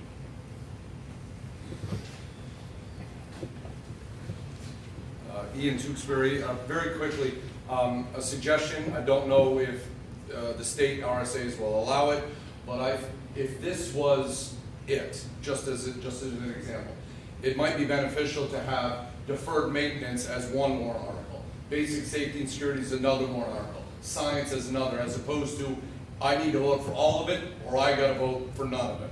And that might make most of it, if not all of it, pass. So that's just a suggestion. The other thing that I wanted to, I lost my train of thought. Thank you for your time. You can come up again, you Yes. can get another chance. Okay. How's that sound? Hi, Candace Youngman again. Can you clarify again what you said about the water needs at Harold Martin with the new sprinkler system that you want to put in the school? Where's the water coming from? The Hopkinton precinct, or are you going to drill a well? Dan can speak to this, but the question about the bid number versus the estimated number for the project, in talking with Mark on the conference call this week, was how do you get the water supply and we're reaching out to the Hopkinton precinct. If the Hopkinton, my understanding is that the Hopkinton precinct doubled their water with a new well, then there'd be enough supply to take care of it. If you don't have that, then it's a cistern that gets enough pressure and enough on hand. And the bid piece on that built a cistern building, a very robust separate building. And talking with Jay and I had a conference call with Mark Monday or Tuesday, and he talked about a different approach. If a cistern is necessary, the Harriman approach does not believe it would be a $1.75 million piece. We bid it because we applied for a 30% match from state funds based on the Harriman number, so we put that bid out there and it came back with the cistern issue. Michelle and I spoke, we're not sure the state would fund the cistern out of the safety and security. That's more of a supply issue, you know what I mean, get to the house as opposed to the road, but that's the issue. And yeah, I don't know if you want to- Same thing, I had, just came back on vacation and found out that Mark had done the estimates based on the water precinct water supply. And he could not be here this evening on a personal matter, so I kind of filled in for him. I just came back. So Michelle has worked with, has sent information and got Bill connected to the, actually it was John Mullenweber, to the water precinct person. So we're trying to get more information on that. The other question as I raised is if we do a $3.2 million addition, does that trigger automatically more safety compelled to do the sprinkler system, or is it still volitional? We talked about that last week, and Michelle and I believe in Bill, I mean, we'd like to have a sprinkler. But if it's a water precinct can somehow support the pressure necessary, then that wouldn't necessitate the cistern, which would reduce the cost significantly. Yeah, but who would be funding the cost of putting in an additional water source in the precinct? Right. I don't think the precinct people are going to want to fund that. Right. If the precinct tells us that there's no plans to do that, they're not going to do that, and then the water pressure from the regulatory body says that we have to go with cistern on our own. So the question is there enough pressure from the Hopkinton precinct, or is a cistern necessary? Harriman thought maybe the precinct could do it. The bid said we're going to put in a cistern, at least have an option there.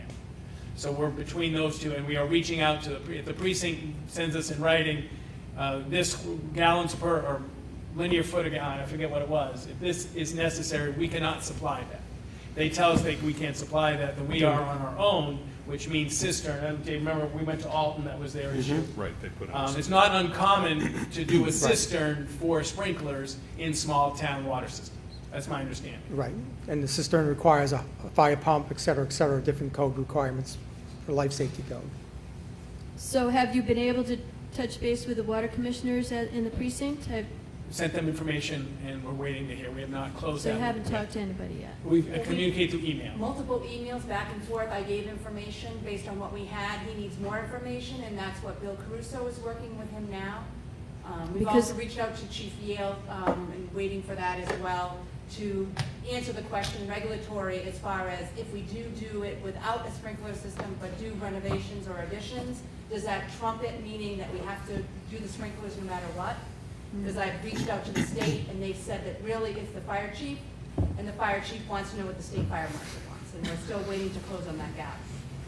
Because the water commission uses a water service company in Henniker. So there's more, it's more involved than just the water commissioners in the precinct, right? You know that. We're working through the water precinct, and we figured that that gentleman knows what is needed because he knows what we're trying to come to a conclusion about. Thank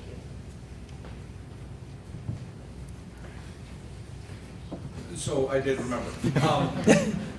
Mr. Chamberlain, you very briefly touched on something that I think is a large component that nobody in town really knows about as far as the budget goes, and that's either 8 or 10 years ago, and the legislature used to contribute a huge percentage towards the teacher retirement. And slowly that's been moved down to the town, and I believe it's upwards of over 30% of the teacher's salary we pay for into their retirement. And it would be interesting to see, since that large switch happened, what that dollar amount is. If the state hadn't made that switch, would we have a zero line item of deferred maintenance? Right.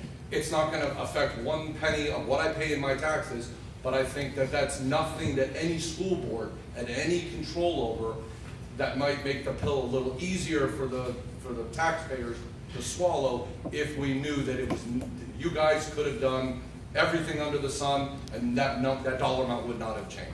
So that's just a suggestion to help sell it. No, that's fair, Ian. I mean, cumulatively, that's somewhere between $3 and $4 million for the town of Hopkinton and the Hopkinton School District. Across the state, it comes to somewhere approaching $60 million a year, and it was basically the elimination of the 35% retirement share that the state of New Hampshire used to pay for teachers, fire, and police.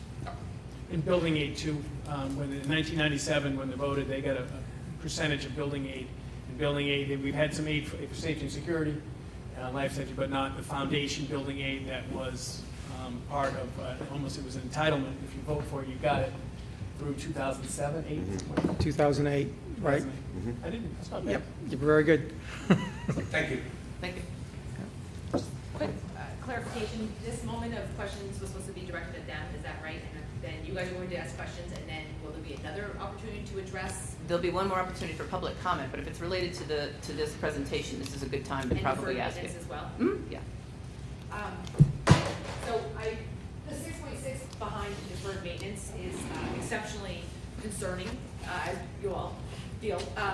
So I recognize though that we've had financial pressures, and it's evident to me in looking back that our lack of contribution to our deferred or our building trust has perhaps gotten us into this situation. So we have, over the past, since at least 2012, had several instances where we've decreased our building trust contributions. 1 year was even zero. And that it has gotten us into this situation. So we have no long-range plan. We have, and I guess when I keep talking about a feasibility study, I recognize that what you did was a project management feasibility study. What I'm looking for is a master plan. I want a 5 or 10 year master plan that devotes more money to our buildings. There's, as you mentioned, how much each year needs to be set aside. I think we've been neglectful in that drastically, as evidenced by $10 million in needs now, safety and security, because we have no long-range plan. So I'd like to see ask the school board to come forward and consider hiring out a long-range master plan to be performed too, so that we can really plan for both avenues of growth and decrease enrollment. And then, really for me, the 6.6 is a very hard target to nail down. It's moving constantly, as all of these numbers are, and the numbers you brought forward today are totally different than the numbers for deferred maintenance from before, and I'm just confused and concerned about how we aren't able to nail down these numbers. Can you speak to that at all? How can they keep changing? Sure. One of the big impacts on the variability of these numbers is the impact of the performance contract, which is now being completed.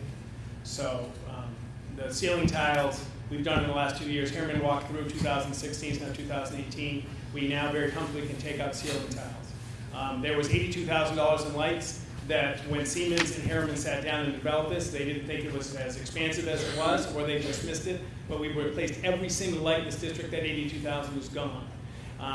When Siemens and Harriman sat down and looked at the performance contract, there was $49,000 in soundproofing, the sound bats, No one had an idea that when we had the envelope, we had people who insulate for a living there, and the envelope people were in our school. When I talked to the project manager at Siemens saying this is an issue, while they're here, Steve, we will begin this, and that was the first stage. They blew insulation in, and they surrounded the pipes. They got partway there, and they said to us, Steve, we'll finish that job, and we will wrap in soundproof material all the beams that go between. That's $50,000 that they didn't know.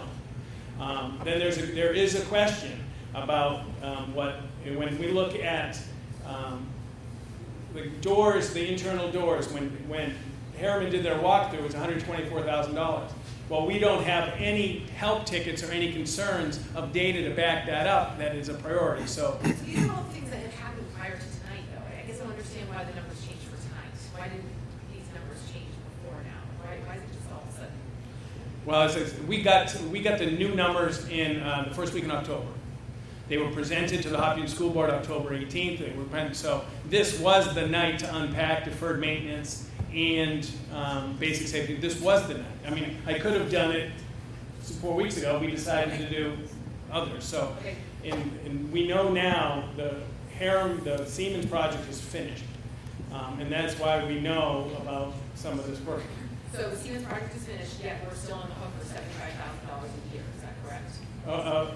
Approximately. This year, I think you'll see if you come next week, I think it's a $40,000 payment, and we'll talk about that. So when we projected it out, we thought it was going to be, over the time, about $75,000, and it starts, we have some savings from the lighting and all that. So yes, it's an installment over 19 years.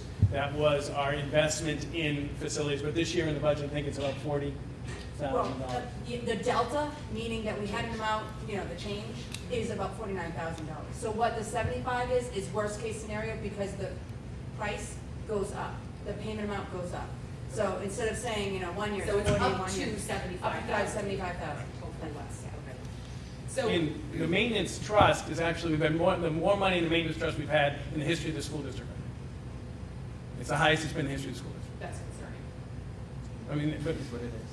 Well, Because no. it's not enough to maintain our buildings. Well, there's a couple of things that I think we should point out while you're standing there, Amanda. And certainly, I think we recognize that it is a commitment to come to meetings, every other week to hear what the school board does. But in fact, we do have a capital improvement plan, a 10-year capital improvement plan that was put in place nearly a decade ago and continues. So perhaps you haven't seen all the documents. So that's the first thing. Members of the budget committee receive that. School board members receive it. It's a public document. I have asked that question. So anyway, that's the first thing I want to correct you on.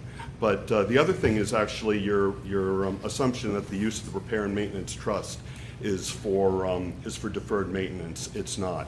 The reason we have the repair and maintenance trust, along with the ability for the school board to take an immediate withdrawal from that trust, is to handle emergencies, so that we don't have to replace or repair everything based on a scheduled maintenance plan. So things like freezers, things like windows, things like doors So to allude to a scheduled maintenance plan. can be done on an as-needed basis when they're either have failed or about ready to fail. So that's what the repair and maintenance trust is. It is not anywhere close to what you would need to have as far as what Jay was talking about, the percentage. 1.5% to 3%. 1.5% to 3% of your building assets. So, I mean, we have somewhere on the range of $20 million in building assets. So our repair and maintenance trust balance doesn't come to anywhere close to 1% to 3%. So we have the building trust, but we don't have an annual amount allotted for the maintenance of our buildings. Well, we do. It's in the budget every year. We just don't get. Last year's budget. What's that?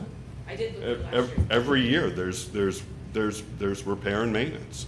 Absolutely. It's not like stuff just gets stacked up like the oil tank over at the high school, which is now just stacked up, even though it's been red flagged by the Department of Environmental Services. I feel the finger that you're pointing So. right there. Yes, I do. So Well, I think it's important to point out. So I guess my question to you, Amanda, is Do you want us to address the deferred maintenance? 100%. Okay. But in order to support addressing the deferred maintenance, I have to see a thoughtful plan of accountability going forward of how we're not gonna get in this space again. I won't support it unless the school board can present an option of what they're gonna do differently so that it ends up, we don't end up in this situation again. And I think the townspeople deserve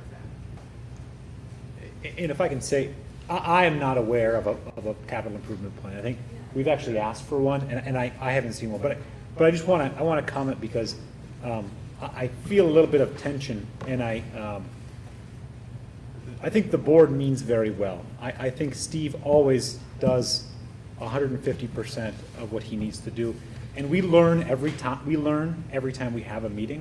So I hope that folks acknowledge, like, I don't have the answer every time, but we're learning together. So, and I don't want to speak on behalf of the other folks here, but we are doing the best that we can. Steve is doing the best that he can. We're making the best decisions that we can given what we know. But sometimes we don't know everything, but we do learn. So I've learned more from you guys in the last 2 months. So just wanted to kind of acknowledge that. And I think, I mean, learning tonight too from Jay and Don that carrying a deferred maintenance sort of amount is not unusual or extraordinary. What that amount is something that can be managed, if you will, based on estimates of value and things like that. Jim, and I'm asking this not to put you on the spot, but just out of curiosity, does the town carry a deferred maintenance balance, and how much, and what about is that? Just out of curiosity in terms of Yeah, we do, and we have various schemes in which we address that. So we have a capital improvement plan, both in the maintenance trust issue as well as sort of a traditional CIP for capital expenses that are outside of our operation budget. And so we have like a 20-year schedule for all of our major assets that get replaced, and then we have a maintenance trust that we pick away at things that we can do. But I'm new to the board, but I have never seen sort of what's the 10-year CIP budget look like. And I know that it's been working on updating it through the changes. And I think one way that will probably help the community and help me, addressing some of that outside of the operation budget, but having a schedule. The town has a CIP committee where it's a place to vet some of those ideas. Then maybe the district ought to approach and work with them as well, so that it's more transparent to the community. What is the plan? Well, that's kind of what I'm asking. I mean, maybe it needs to be a discussion of the town and the schools as to what the right approach I is know to that the deferred school's maintenance. been invited to participate in the CIP committee. I don't know what the status is. I met with the CIP committee last year. They wanted to postpone to see what happened to the facility project because they were so well connected. So just the CIP, the capital improvement program, is presented, and it was presented last year at the second. It's the second meeting in December. We can go back and we can show you what we did. That's part of the contributions, how much we want. So our CIP, it's our long-term financial planning. We decide how much we're putting in vehicle, how much we're putting in health, what's our tax rate stabilization fund, what is our special education trust. So all that is our long-term financial picture, which is presented typically the first budget meeting, December 6th, is the superintendent's budget. This year, the superintendent's budget is going to include the CIP because facilities are such a large part. So you will see I went to Jay Burgess College. Jay provided me with some insight on how to revise. What we had was modeled after the town. It was so the contributions. We do have we have a contribution plan for our fleet of vehicles, and we have a planned replacement cycle in our vehicle fleet. We have our special education trust, which typically is a one out-of-district unknown. Right now it's $170,000. We have a maintenance trust, which right now is, I think, $320,000, with planned withdrawals this year to take a look at some flooring, which now we're comfortable saying we need to floor these, we need to do carpet or tile at Maple because we know we're not going to close Maple and we're not going to just tear down Maple. We also, so this year I did the CIP, as you'll see, SAU. We have one thing, I never put the cost of upkeep of the SAU building, but now it's evident that this district is going to be in the SAU office long beyond my tenure. We certainly understand that. So that is in the CIP. Harold Martin, Maple, Middle High School, SAU are all long-term plans based on what Jay talked about which is a percentage of the prime X replacement value.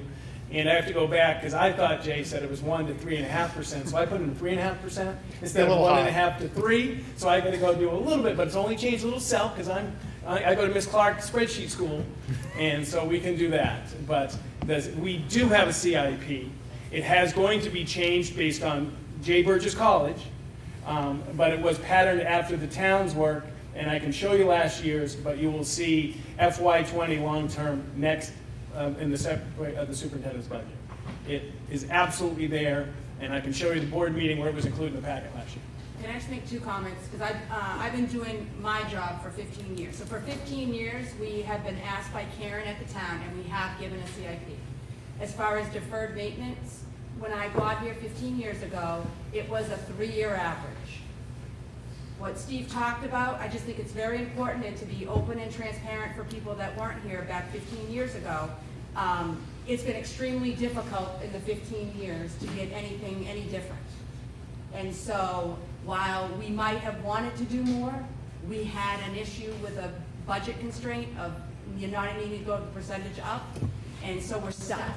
And so that's why we knew we needed a facility project. That was the only way that we were going to be able to capture this stuff. Unfortunately, we wish it was another way, but with the downshifting with the state, I mean, I don't want to feel like a broken record. I just think it's important, because believe you me, I feel bad that we are, but how are we supposed to get any different if we're not given any higher of an increase? And that's what I go. Amanda, can we let somebody else speak? Thank you. Thank you. No, go ahead. We want to give you the opportunity. I'm sorry. Okay. Is it about her comment?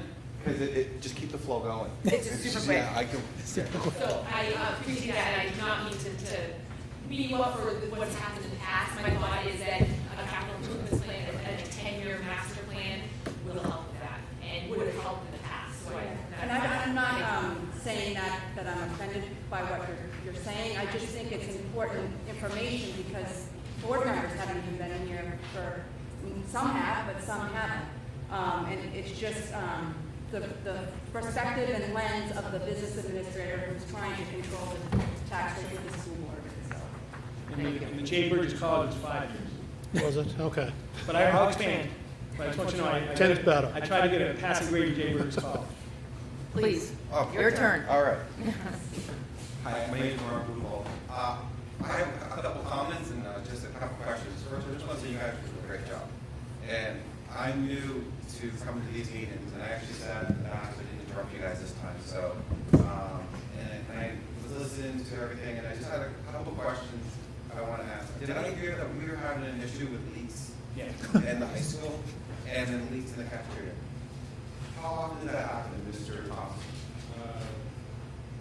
It really varies on the weather. I would say, I want to know. Bill, Mr. Crusoe can speak to what he's done and try to fix some more. Yeah, is there like a Band-Aid on this right now that we have this temporary stoppage of leak? Is it going to expand to the bigger issue down the road if we don't nip it now? We commissioned a roof study by a company called Garland, and those values are in the adjusted values. One of those airmen was right on, so there's not much difference. Yeah. But in the superintendent's FY20 budget is $1 million to fix the roofs. Okay. If the facility project passes, we take it out of FY20. But it is now and also a heat recovery unit or unit above the ceiling. So we have tried, Bill Caruso has tried significant times, and we made some progress. Once we got an email from somebody raining, we didn't have a leak, so we're trying and making progress. We have a comprehensive fix is either going to be in the facility project or if that fails, it'll be in the budget. So, I mean, it's a necessity, right? We think so. Would you say it's a necessity? There's leakage. It's, Yes. kids running on the floor. They slip. They get hurt. Right. When does that become a lawsuit? Something we don't want in the town. Right. So, my biggest concern is I'm always, Matt. One of the biggest things I learned in my master's program was the contingency plan. Always got a plan for if something happens. So in this situation, someone gets hurt or something happens, a roof collapse or something, and our kids get hurt. we're back at this meeting, but like, why didn't we do something at the beginning for this to get that addressed? So like I said, I'm new to this. It's the first thing I'm thinking, hey, my kids run across the gym, they go there, and I understand, you mentioned that we have a budget or deferred maintenance where we withdraw money out that we find that's a necessity to fix for the school and stuff. Is there a limit on the value that you can withdraw from that in order to make an adjustment to something that's a necessity in the school? Not that I'm aware of. I mean, obviously the limit would be the fund, the balance of the fund. Yeah, because with the snow coming and other stuff in the weight, have they did a study that it's not going to collapse? What we, I'm sorry, I'm going to be getting the maintenance, to be completely honest, for significant, it's self-insurance. Yeah. That we wanted to have enough, like most schools have enough, if a boiler goes, you don't have to cut the budget, freeze the budget, change in impact education to get it. So a portion of it's self-insurance. And then the board will have to discuss how are they going to fund the facility needs. And are they going to look at shorter, smaller bonds? Yeah. Or are they going to look at savings? Like, we know we have 120, this is coming up next week. At Harold Martin, we have a boiler that's going to last between 5 and 8 years, $110,000. Here, same thing, $120,000. At the high school, $130,000. We know that now. So that's $330,000. It's going to come true in about 5 to 10 years, depending on use. Do we want to put $50,000 in that account? Because the maintenance trust also says for capital projects. So we would have 2 accountings, one self-insurance and one in savings for planned replacement. And we had talked about that last year. Once we caught up on the three boilers, self-insurance was not as essential, that we were going to now have a savings account for the others. Because of the budget last year, we deferred that because we were at 320 and we knew someone coming out. So the board's going to have a decision to make. Either defer it or plan to finance it or plan to save for it. Because we know in 5 years we're going to have 3 boilers. And that's going to be the presentation next week. But not everything. Like, we know we have paving. We're trying to get a price on paving.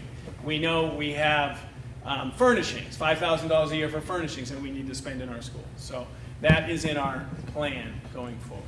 And you guys are doing your best, and I get that. And we can't predict what's going to happen in 5, 10 years from now with what's going on. But keep up the good work, and thank you guys. Thank you.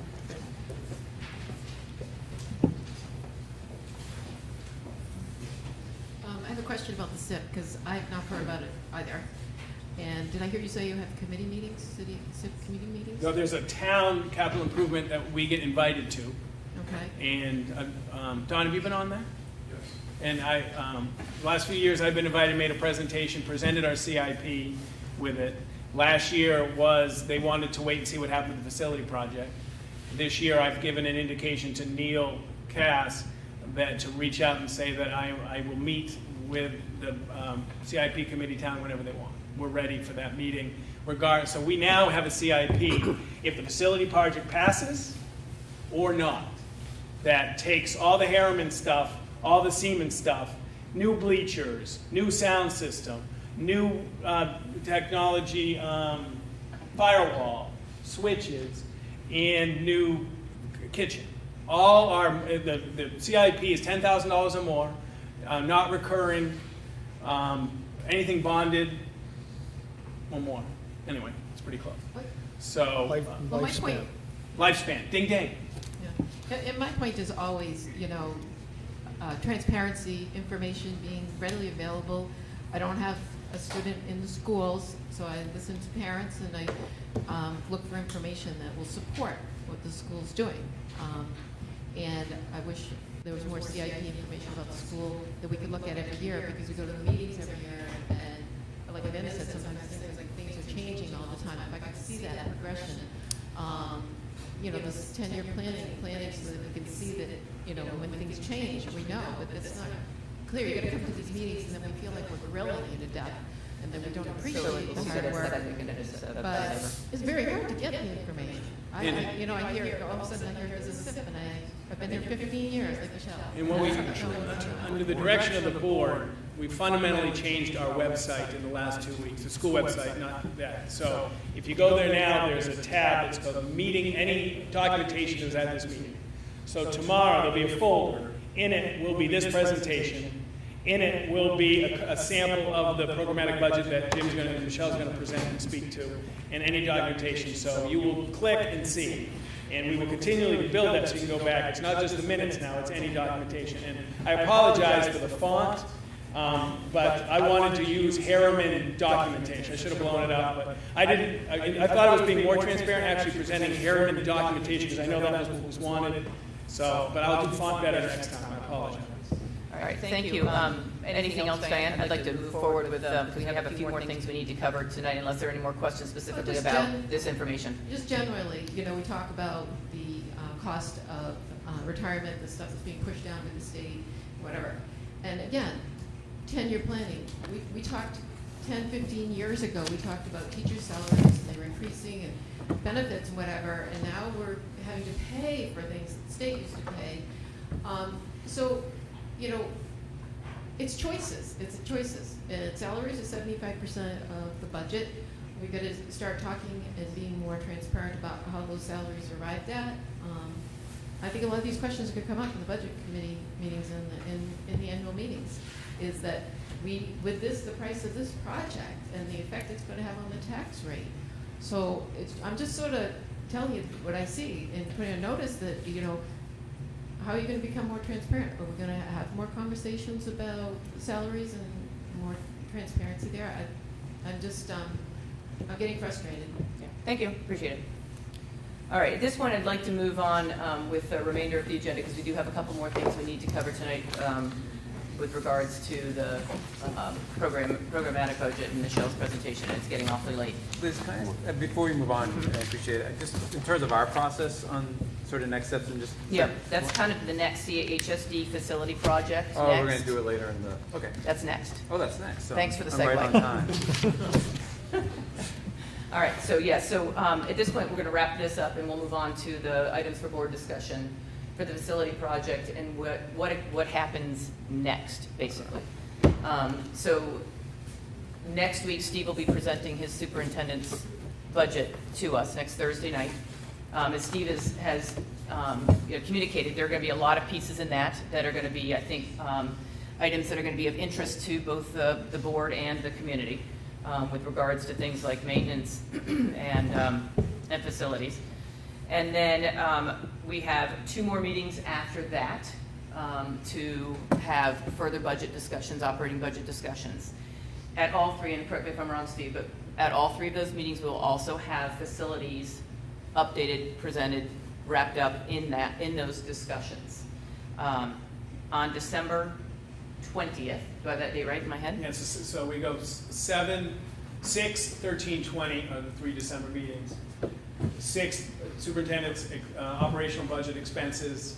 I'll bring back the tax value of 14.3. If I have any updates from Harriman, Siemens about some of the open questions, we can do that for facilities. The budget will be mission-driven, goal-driven. Also, I'm going to unpack, there's 4 basic major drivers of this budget. So I'm going to dig into health insurance. Why is our health insurance up? I'm going to dig into enrollment. What is the enrollment impact on our budget? I'm going to dig into special ed. What's the impact, what the factors of special ed, and of course facilities. So during the presentation, I'll be unpacking that on the operational side. Then a week after, I'll be talking revenue. Obviously, the enrollment, there's a commensurate increase in revenue. So we'll be talking about tax rate at that meeting. Again, more information about if I need more Harriman stuff or more information, or you guys say, Steve, what would it do to have 1.3 million to get rid of the elevator at the school? I'll go, always responding to your questions. And then the 20th is putting it all together. I'll have a tax rate impact. Obviously, sometimes the board likes to reduce the superintendent's budget between meetings. Not always, I'm just kidding. But that's the budgetary plan with snippets of facilities every meeting. Do you want to add anything in terms of your years of going through this cycle with the facilities piece? Paralleling this a little bit? In terms of what, Liz? Well, just in terms of, so I think just so everybody's really clear, we're going to be working on the operating budget for the next 3 weeks. The facilities project will be basically paralleling this information because it's all very dependent upon each other. So we can't just say to the facilities thing tonight, we're all done.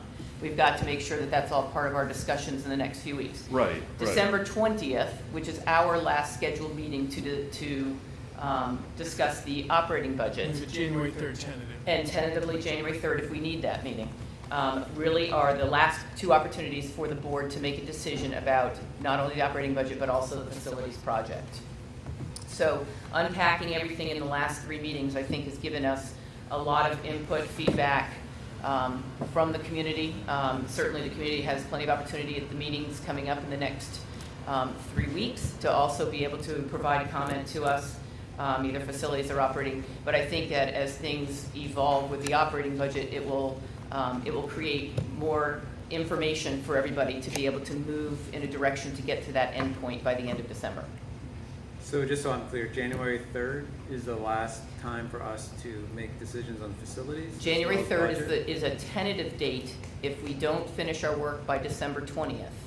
We've always held a date on the calendar to be able to meet to make the final decision before it goes to the budget committee, which is scheduled as for the first Wednesday in January, correct? The second Wednesday. I'm sorry, that's both facilities and budget?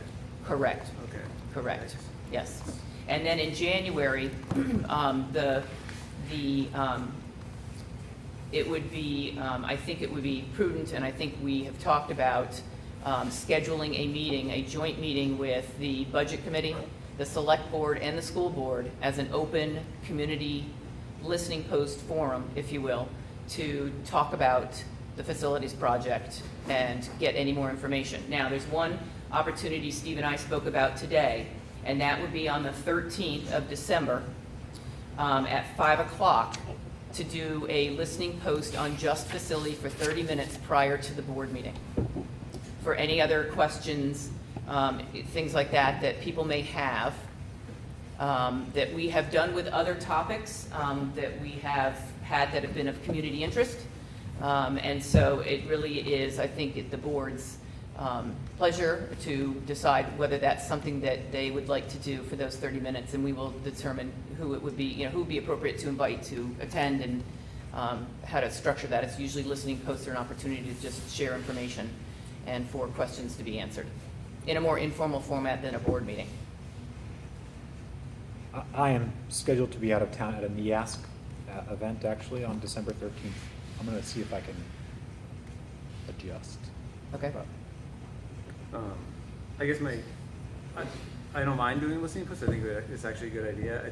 But I guess with the tight time frame of January 3rd, which is a tentative date, so it's really December 20th to get something done, it just seems like we would have to have a proposal to put forward that the school board would want to. Because I think having a listening session on all the options, I think would be confusing probably to the community, and I'm not sure we would get the benefit of what we would need.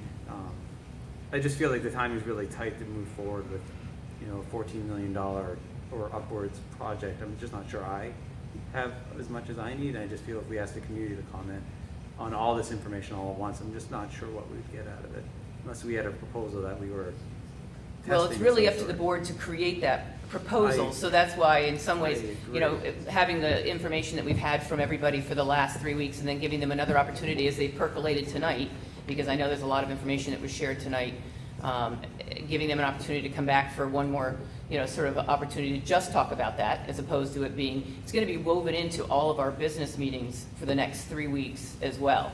So I guess my question for you, Jim, is what more do you think you would need by December 20th in order to get to a place where you feel comfortable having a discussion about what that proposal might look like? Yeah, I don't know at the moment. Okay, well, and you and I can talk offline, so, as to what that is, so, but I appreciate that. I appreciate your honesty on that, too. Any other questions right now? The decisions that need to be made right now are the 13th at 5 o'clock to do a listening post, and then the 3 scheduled meetings, a tentative one on the 3rd to make sure everybody has those on their calendar. Matt, obviously, you know, if that's something that you can change, terrific. I know Aviva's got them on hers. But if there's any other conflicts, needing to know that early enough, and then make sure you guys have enough of the lead time to get the information. Any other? 13th, what is the board's feeling on the 13th doing a listening post? Yay, nay? I think it's fine for a half Okay. hour beforehand, sure. So is the plan then, should we really try to lock in what a recommendation would be in advance of that? That's what it feels, this is an opportunity for us to just hear in general what the community thinks, knowing that the following meeting, we are going to have to finalize our recommendation. I guess I'm trying to. Yeah, I mean, yeah, we were looking at the runway right now. So the 13th really is an opportunity for not only the community to be able to come in, it's a great opportunity for the board to engage in conversation with the community about it.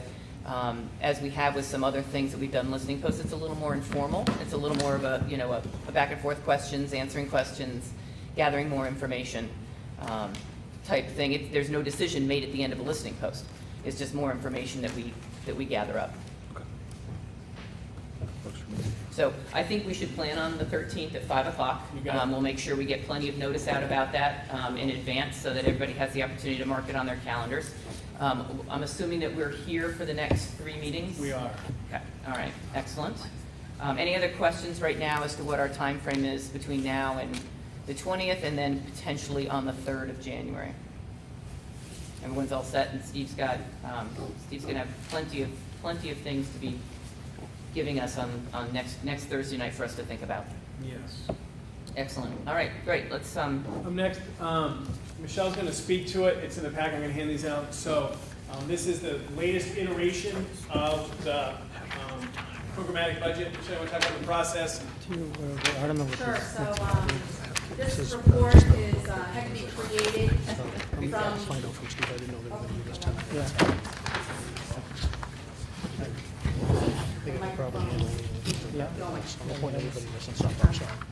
got to figure out some schedules to come down. So this report was created by Power School, which is the company that owns eFinance, which is our system. It's run through Cognos. This format, in order to give, other than just blank numbers and having it be look like it's something that the budget committee would be looking for. This had to get run out of different tables than what is done with a budget. What I mean by that is when we implement the budget and it's posted from the budget prep system, it goes into the fund accounting system. This is pulled from the fund accounting system.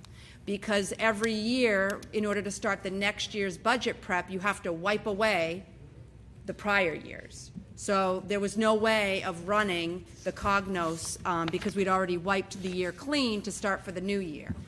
The previous year data is there, but not in the format that it's needed to be able to produce this. So what this is this is what was approved. It is general fund only. And it is approved 18-19, so it's not what we've spent. It's nothing to do with that. It's just specifically what's approved. Right, and this is a part of the developmental stage. Right. So now the next step is, based on that this was just finally proofed, is that they can now move forward in doing yet another Cognos report. Because again, as I just mentioned, they're in 2 different areas. So you can't use the same area, so you have to do another. It's the same setup, it's just pulling from different tables. So they have that order, and they are in the process of developing that as well, with the time frame that they know that we need this earlier rather than later. So this will be in the format that each phase, because we have different phases of this budget, and we have different iterations. What I mean by that is Steve might want 2 different iterations. So it has to be that drop-down menus have to be created so that you can pick which version and which iteration, which they are in the process of doing.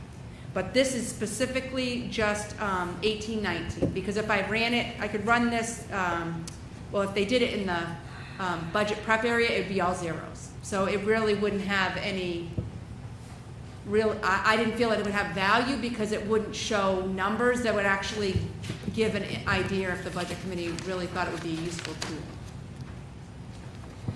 Michelle, can I interrupt for one quick Yeah. second?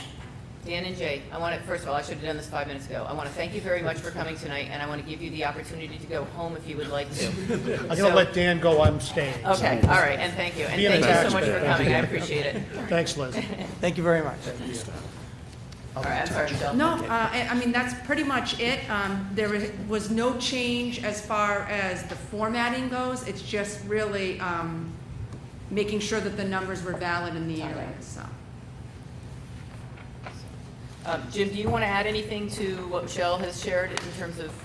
Yeah, there's just a few things that I would add. The first one is there a way to, and I don't know if I can get the words right, but get the codes that you're pulling, where you're getting these numbers from? I guess what accounting codes are you pulling these from? Because I think the budget committee, I think, would find that helpful, at least to have a key for how you get to these numbers. Sure. So I don't have one right now because what I had to do in order to proof it, I found errors in how, so they are in the process, but what they do have is, which I think is what you're looking for, which, sorry, is like a Bible that says what the functions are. But this is not accurate because I needed this report for tonight, so I had to literally hand do all the, not all of them, but some of these areas where they were not pulling from the right information. So eventually, once I have the updated one, absolutely. Okay. And then I just know from the conversation, I would say budget committee members are in different levels of the information that they desire. So I'd say there's not a consistency among the budget committee. But more information is, I think there is a drive for more sort of detailed information. And so just for example, just based on tonight's conversation, where would like the capital budget, or the idea that the capital budget's in the operations, where does that fall in here? And I only ask that because I'm just trying to think of, what this is the type of information I think they're looking for. Right. And so how to pull some of those more details out of Well, this. it's kind of hard from this document. I would say that that's really the budget packet that we do every year, the big bulletin that we do. No. That actually has, and it has in there a description about what the different accounts are and what they represent. That's where you can really see the meat of what is, it's in the facilities operations area, but this is salaries, this is repair and maintenance, this is equipment purchases, this is contracted services. So it's all lumped together, but it's the other document that we do that is the one that has more detail. And so I guess I'm asking these questions because I think the point of this, and kind of speaking for the budget committee, but also for myself, is to find a way to simplify or to group what's in those larger documents.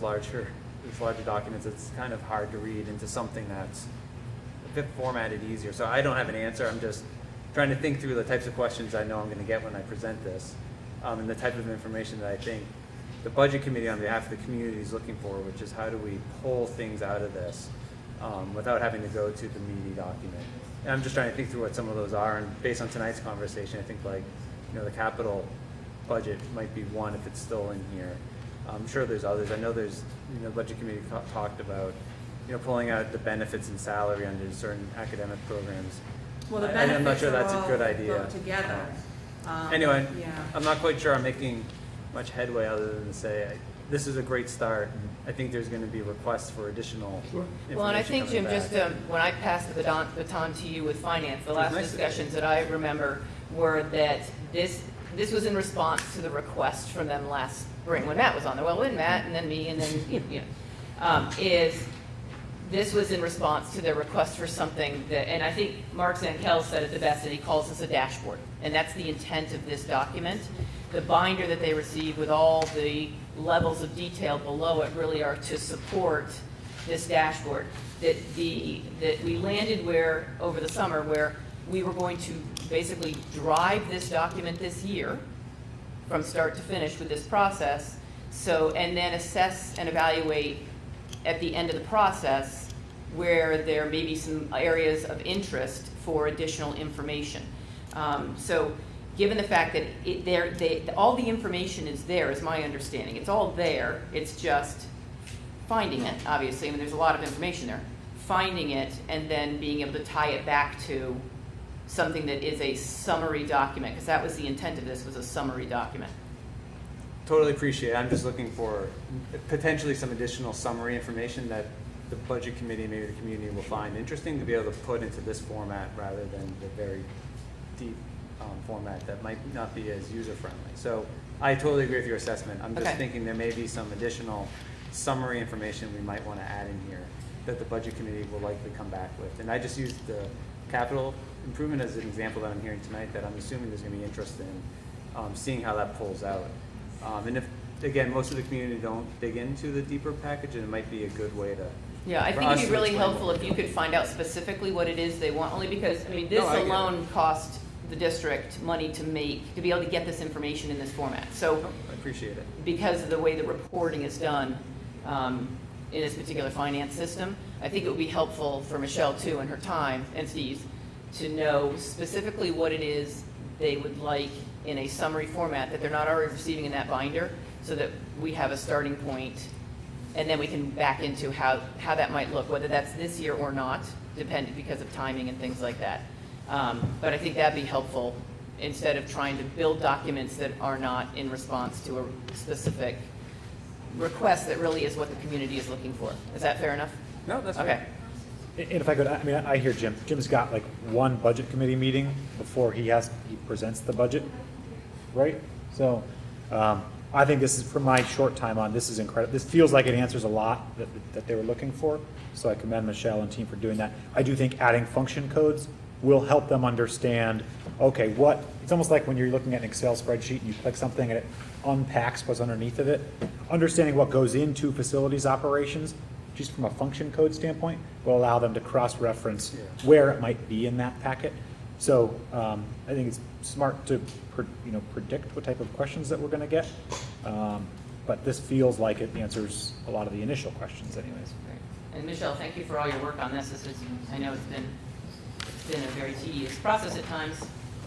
So, any other questions from the board for Michelle or, and Jim, thank you for following up from the budget committee as well. Can we keep going? Keep going, please. Sure, we're off to some personnel. We have a request by Lori Alberton to participate in the Hopkinton Educational Association Early Retirement Program. That is based on the collective bargaining agreement. The words are, if they were deferred from last year, they get preferential treatment. This is, the board is compelled by contract to award 3 early retirements. This would be the 3rd. So this is a pro forma, this is a action item tonight. So that would be Lori. Lori would have until March 1st to notify the district. Right now there are 3 requests granted. Rob Nato has confirmed acceptance. Becky Perkins has until March 1, and Lori Alberton would have until March 1. We also received a request by Jim Brizard to participate in the early retirement program. If you caught it in board notes, the board has until January 15th to make that decision. At this point, it is not a superintendent recommendation to go beyond the required amount in the collective bargaining agreement. I think what you've heard tonight, if there's any additional funds, putting them in facilities as opposed to early retirement would be warranted. I think I said that in the board notes. But again, it's a board, you have pure discretion on that until January 15th. That is not an action item tonight. Very much I appreciate Donna Nutt for just sticking around, but for about 2 months, Donna Bowe was crossing guard. So we thank you for that. And Amy Doyle was crossing guard, and yes, yours truly. I was out there. I risked life and limb as crossing guard for a little bit, and I enjoyed that experience, but we bring back Lucy Mincavello as a permanent crossing guard. I appreciate the community's patience with that, and Donna, thank you for doing it. That's an action item tonight. And then it is with much appreciation and sadness that we bring Doris Kyer forward, and this would actually be her 2nd time. She retired from a full-time employee. She came back as a part-time. But even though, to her standard, Doris is one of the hardest workers I've ever known, so for her standard, she doesn't feel physically she can do it to her standard. I respect and admire that. I would disagree with her, but we yield to the wisdom of Doris. I worked with her as a high school assistant principal and principal, and I couldn't keep up with her, so this is her request to resign. And then the last piece, we have a junior robotics program that has come to us through community volunteer, and this is a re-grant. So they had some money with First Robotics going to the old team, and then now they're transferring it to our team. So we're accepting $550 for junior robotics that will hopefully lead into our first senior robotics, but we appreciate that. And we appreciate the donation from Autodesk. It's quick. That's all I got for it. Excellent. Everybody all set on those action items? Okay, excellent. At this point, we have the second opportunity and final opportunity for public comment. Super brief. I just would like to point to the changes in this plan that have occurred since September as evidence for the need of a 10-year plan, master plan. Originally, it was a $28 million project that Steve was intimately involved in and fought heavily for to get 4 classrooms up at the high school. Last week, it was 3 classrooms at Harold Martin, and now we have 2 new plans for 4 classrooms and 5 classrooms at Harold Martin. And there just seems to be a lot of knee-jerk reaction to this in response to the community, which I very much appreciate. But my concern is that if the community is allowed to drive through this much, that perhaps we're approaching this from the wrong direction. So I just point to that as evidence for the need for this in the future. Thank you. Anything else?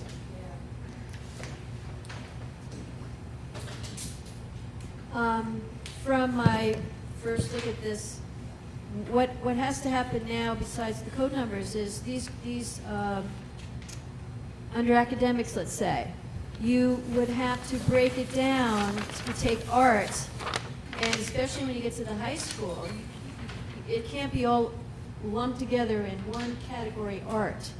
It has to be broken down by grade levels. There's no way to have as proper assessments as this should be a tool for assessments. This should be a tool for not just budget, but it also is a tool to be able to look at the values of student cost per student in these classes. So if you don't break these down, let's say you go down to math 6 through 12, you have to do math 6, math 7, math 8, math 9, 10, 11, 12. You have to break it down. Is this too general? I understand that, but we do some of that breaking down within our system, but the majority of it, we do not. Like, So for instance, you can't, certainly wait if a budget committee has a further request, but art is not single grade. So in an art class, you would have 9 through 12. So there isn't a art 9 and art 10. Okay, well, how... And same thing in math. The Math core is multi-grade. academics do in the... But math is multi-grade, English middle now high is school. multi-grade. So we'll wait to hear, but I mean, my standpoint as your superintendent, breaking it down by department is possible, but breaking it down by grade, it is not a single grade exposure. It's just not. no, I mean, when you see here, like, English 6 through 12, and you see Maple has the value there, obviously that's just 6th grade.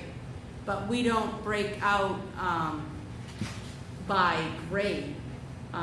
We charge, like the math teacher that teaches middle school, we charge one line. We don't charge 7th and 8th.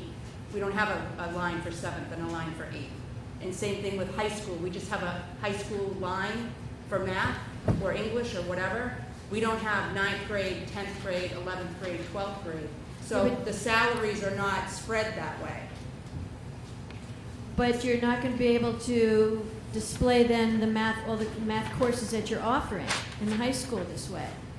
There's no way to see what is being offered in the math curriculum. Well, being offered in math curriculum is not a budget document. It's a different document in the program of studies and...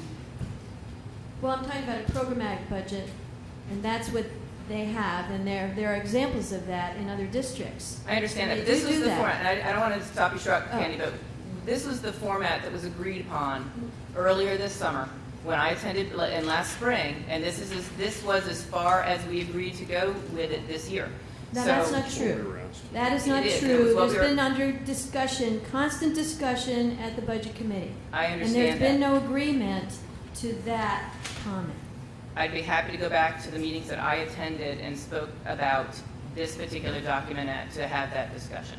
So this is and again, Jim, correct me if I'm wrong, if the changes have happened, but when the last meeting I was at, this is where they asked us to break out the core academics, the math, the English, because it was at one point one line, which we did, and we agreed that that was what we were going to do. So again, we're trying to respond to what the Budget Committee has asked us to do, and that's what we've done. What you're suggesting is a very different approach. Now, if the Budget Committee wishes to have that discussion and then come back to the school board with, we think next year we would like to see X, then we could take it out under advisement. But that was not what was agreed upon when we started this process. There has been no vote at the Budget Committee to give you that kind of charge. So I don't know how you got that consensus from the Budget Committee. I think I was there. I think I was there for that one. Yeah. This is exactly what we were asked to deliver. We had discussions about, this dates back to June. We had discussions about what the intended, and Jim, maybe something happened after me, but we had discussions about, hey, let's make sure we are very clear about the questions we're trying to answer here. There was no consensus on the Budget Committee about what questions this was trying to answer, other than to increase transparency. The Budget Committee did not want to go in and say, hey, I want to know how much pottery is costing, because they don't want to make the decision about the academic programs that this school offers. That is our job. We make a recommendation based off of what we think is in the best interest of students. They don't want to be in the business of crossing off pottery, crossing off wood shop. This is what we agreed upon when I was there up through July 17th. And I'm impressed that we were able to turn this around that fast. So I guess where I would like to go, when we go to the Budget Committee meeting next, is the Budget Committee has changes they'd like to see to this document. I guess getting clarity from the Budget Committee through a vote. So, because it's hard to decipher consensus when I think Candy may want one thing, Don may want something else, and other committee members might want a different thing. So I think what we want to do is bring back a finished draft, which this is. Getting the codes would be helpful so that it can be cross-referenced. And then if the Budget Committee as a body wants to make recommendations to come back to this board and to Michelle, I'm going to request it to be via vote, so we're clear on what the ask of the Budget Committee, not individual members are. And I think that will help us at that point. So, well, I think it's been a learning experience on the Budget Committee just to educate, to understand what the value of a programmatic budget is, and they've been learning. It's been a learning curve, and how effective it is in helping to understand the overall budgets and how they can help with assessments of programs. And it's not that we're going to ever micromanage and use this for any kind of micromanaging. No one's going to come out and say, well, we want to get rid of something in the art department. No, no, no. This is mostly so that people can see where are their tax dollars are going, and this is too generalized. So I'll take that comment, I'll bring it back to the board. I know that the board is looking for a little more detail than this. I know that for sure, but I think that we will get you a finite plan. How's that? We'll come up with an idea that we all agree to. I appreciate and that. We will get At that this to you, point in the because process, at this point in the process, I think the board's going to have to evaluate whether that's possible for right now. Because we started this process before Matt went off the Budget Committee and I went on, and we asked to get this done by the fall before Steve made his presentation of his budget. So I appreciate it. I think the bottom line is, Candy, is the discussion can continue. So, the board is always open to hearing what feedback they have from the Budget Committee, and Jim comes back and gives us a report after the meetings. So, we'll continue to work at it. That's always been the board's position on it. We'll continue to work on it. We've made great progress from the time at which we started this. But I do think that there needs to be more discussion at the Budget Committee level as to exactly what the Budget Committee wants before we have the school board running in circles and Michelle running in circles to do things for just certain people on the Budget Committee. No, this is not for certain people on the Budget Committee. This is for the Budget Committee. And I think there was a time lapse where we didn't get any information. It took a while for you to come up with this. We expected this back in at least a month or so ago. No, but we were clear. We gave it in draft form. It just We wasn't had a draft approved. form that we. It was exactly the same thing, it just wasn't. And Candy, and I don't want to argue. We Okay, had to no wait for arguing, we had to I wait know. for the finance company, the software company, to do the work so Michelle could generate the report. So it's a lot of steps in the process. So Right, that's but why I say, so I there's a think lot you're more gonna discussion. find- I know, and I think, I'm gonna go, but I think you're gonna find that once we get to a place where we're all comfortable, it is going to be a better way to present the budget to the community. Sure. Okay. All right, let's move on. Oh, sorry. Sorry, Janet.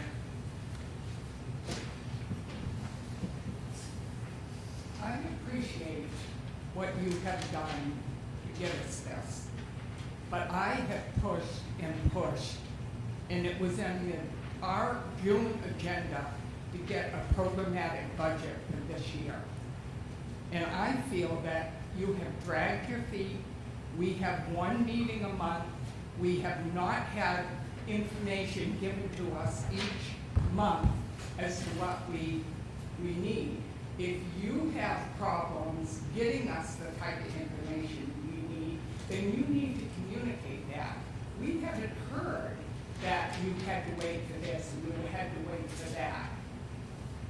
And I'm just so frustrated because I knew, Liz, when I talked to you and you were at the meeting, that we were not going to get what we wanted. You were arguing with us, you were just poo-pooing it, and I knew, and we wait every year, we wait.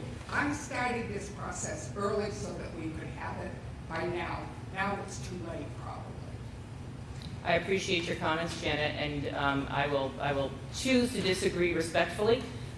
We were very clear with the Budget Committee that we wanted to have some outlines as to what they were looking for, and I think that we came to some agreement back when we were working on the forms as to what we were going to produce for this year. Just one last comment on this tough topic. We need more dialogue directly. I have been asking personally for 2 years now to get a specific answer to having each class, whether it's math, civics, whatever it is, what's the cost per student for every one of those classes? The only way you can really get a handle on where it is. Now that's down to the minute information. None of us want to take that and pick it apart totally, but to start down there with that kind of information, we can begin to understand when Steve comes with his tears, what the absolute reaction to that if we decided to cut something like that. Now, I assume you're gonna have to go through some really different accounting processes to get to that kind of dialogue. Other schools have it. We have it from another school, where you see it every class says, and the best practice that we have given Jim, I think, that should be passed on to you folks, a best practice of a national association says one of the ways to look at this thing, one of 3, is cost per student per topic that you're teaching. Now, we're a long ways from that, but for me and a number of others on the board, it's not unanimous, but a number of members on that board would like to see that kind of information. It's gonna take a while to get there, but I'm just telling you now, that's where I wanna get to at some point. Cost per student per course, cost per student per section, Per course. just per 4th grade, how much you spend in 4th grade? Calculus, how much does that cost? Per kid, per course. Correct. Okay, board directs us to do. Don, just out of curiosity, which national association are you referring to? Whichever one, I don't have the documents with me, we passed that out at the last meeting. It's the Government Finance Officers I thought so. Association. There are thousands of members, and they have a specific category for schools, best practice approach to that, and one of the 3 elements, or one of the 3 areas we look at it, is cost per student. Again, we got a long ways to go, but I'm just asking you now, that's what a number of the committee members would like. There's a whole gamut of what we'd like. That's a few of us. Thank you. All right, we ready to move on to action items then, please? I'll take a motion for the Hopkinton School Board to approve the superintendent's recommendation to approve Harold Martin school teacher Lori Albertson's request to participate in the early retirement program. So moved. Seconded. Any further discussion? All in favor? Aye. Any opposed? Motion carries. Take a motion for the Hopkinton School Board to approve the superintendent's recommendation to accept a $550 donation from Autodesk to the First Robotics Team Re-Grant Program to support HMHS Junior Robotics Club FTC program. So moved. Seconded.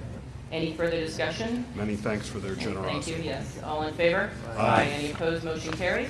Take a motion for the Hopkinton School Board to approve the superintendent's nomination of Lucy Mint Cavello, MSS Crossing Guard. So moved. Seconded. Any further discussion? Donnie, you've been relieved of your duties for the time being. All As in a favor? as a crossing And we guard. thank you, as a crossing guard, right. All in favor? Aye. Any opposed? Motion carries. Take a motion for the Hopkinton School Board to accept HMHS custodian Doris Kyer's resignation effective It's Harold Martin School, I Oh, apologize. I'm sorry. No, it's not your fault. HMS custodian Doris Kyer's resignation effective November 26, 2018. So moved. Seconded. And with great regret for all her years of service. Great appreciation. All in favor? Aye. Any opposed? Motion carries. Do we have a need for a non-public session, Steve? I don't unless you do. No, I do not. All set? I'll take a motion to adjourn at 8:10 PM. So, Seconded. I don't suspect there's anybody who's not in favor.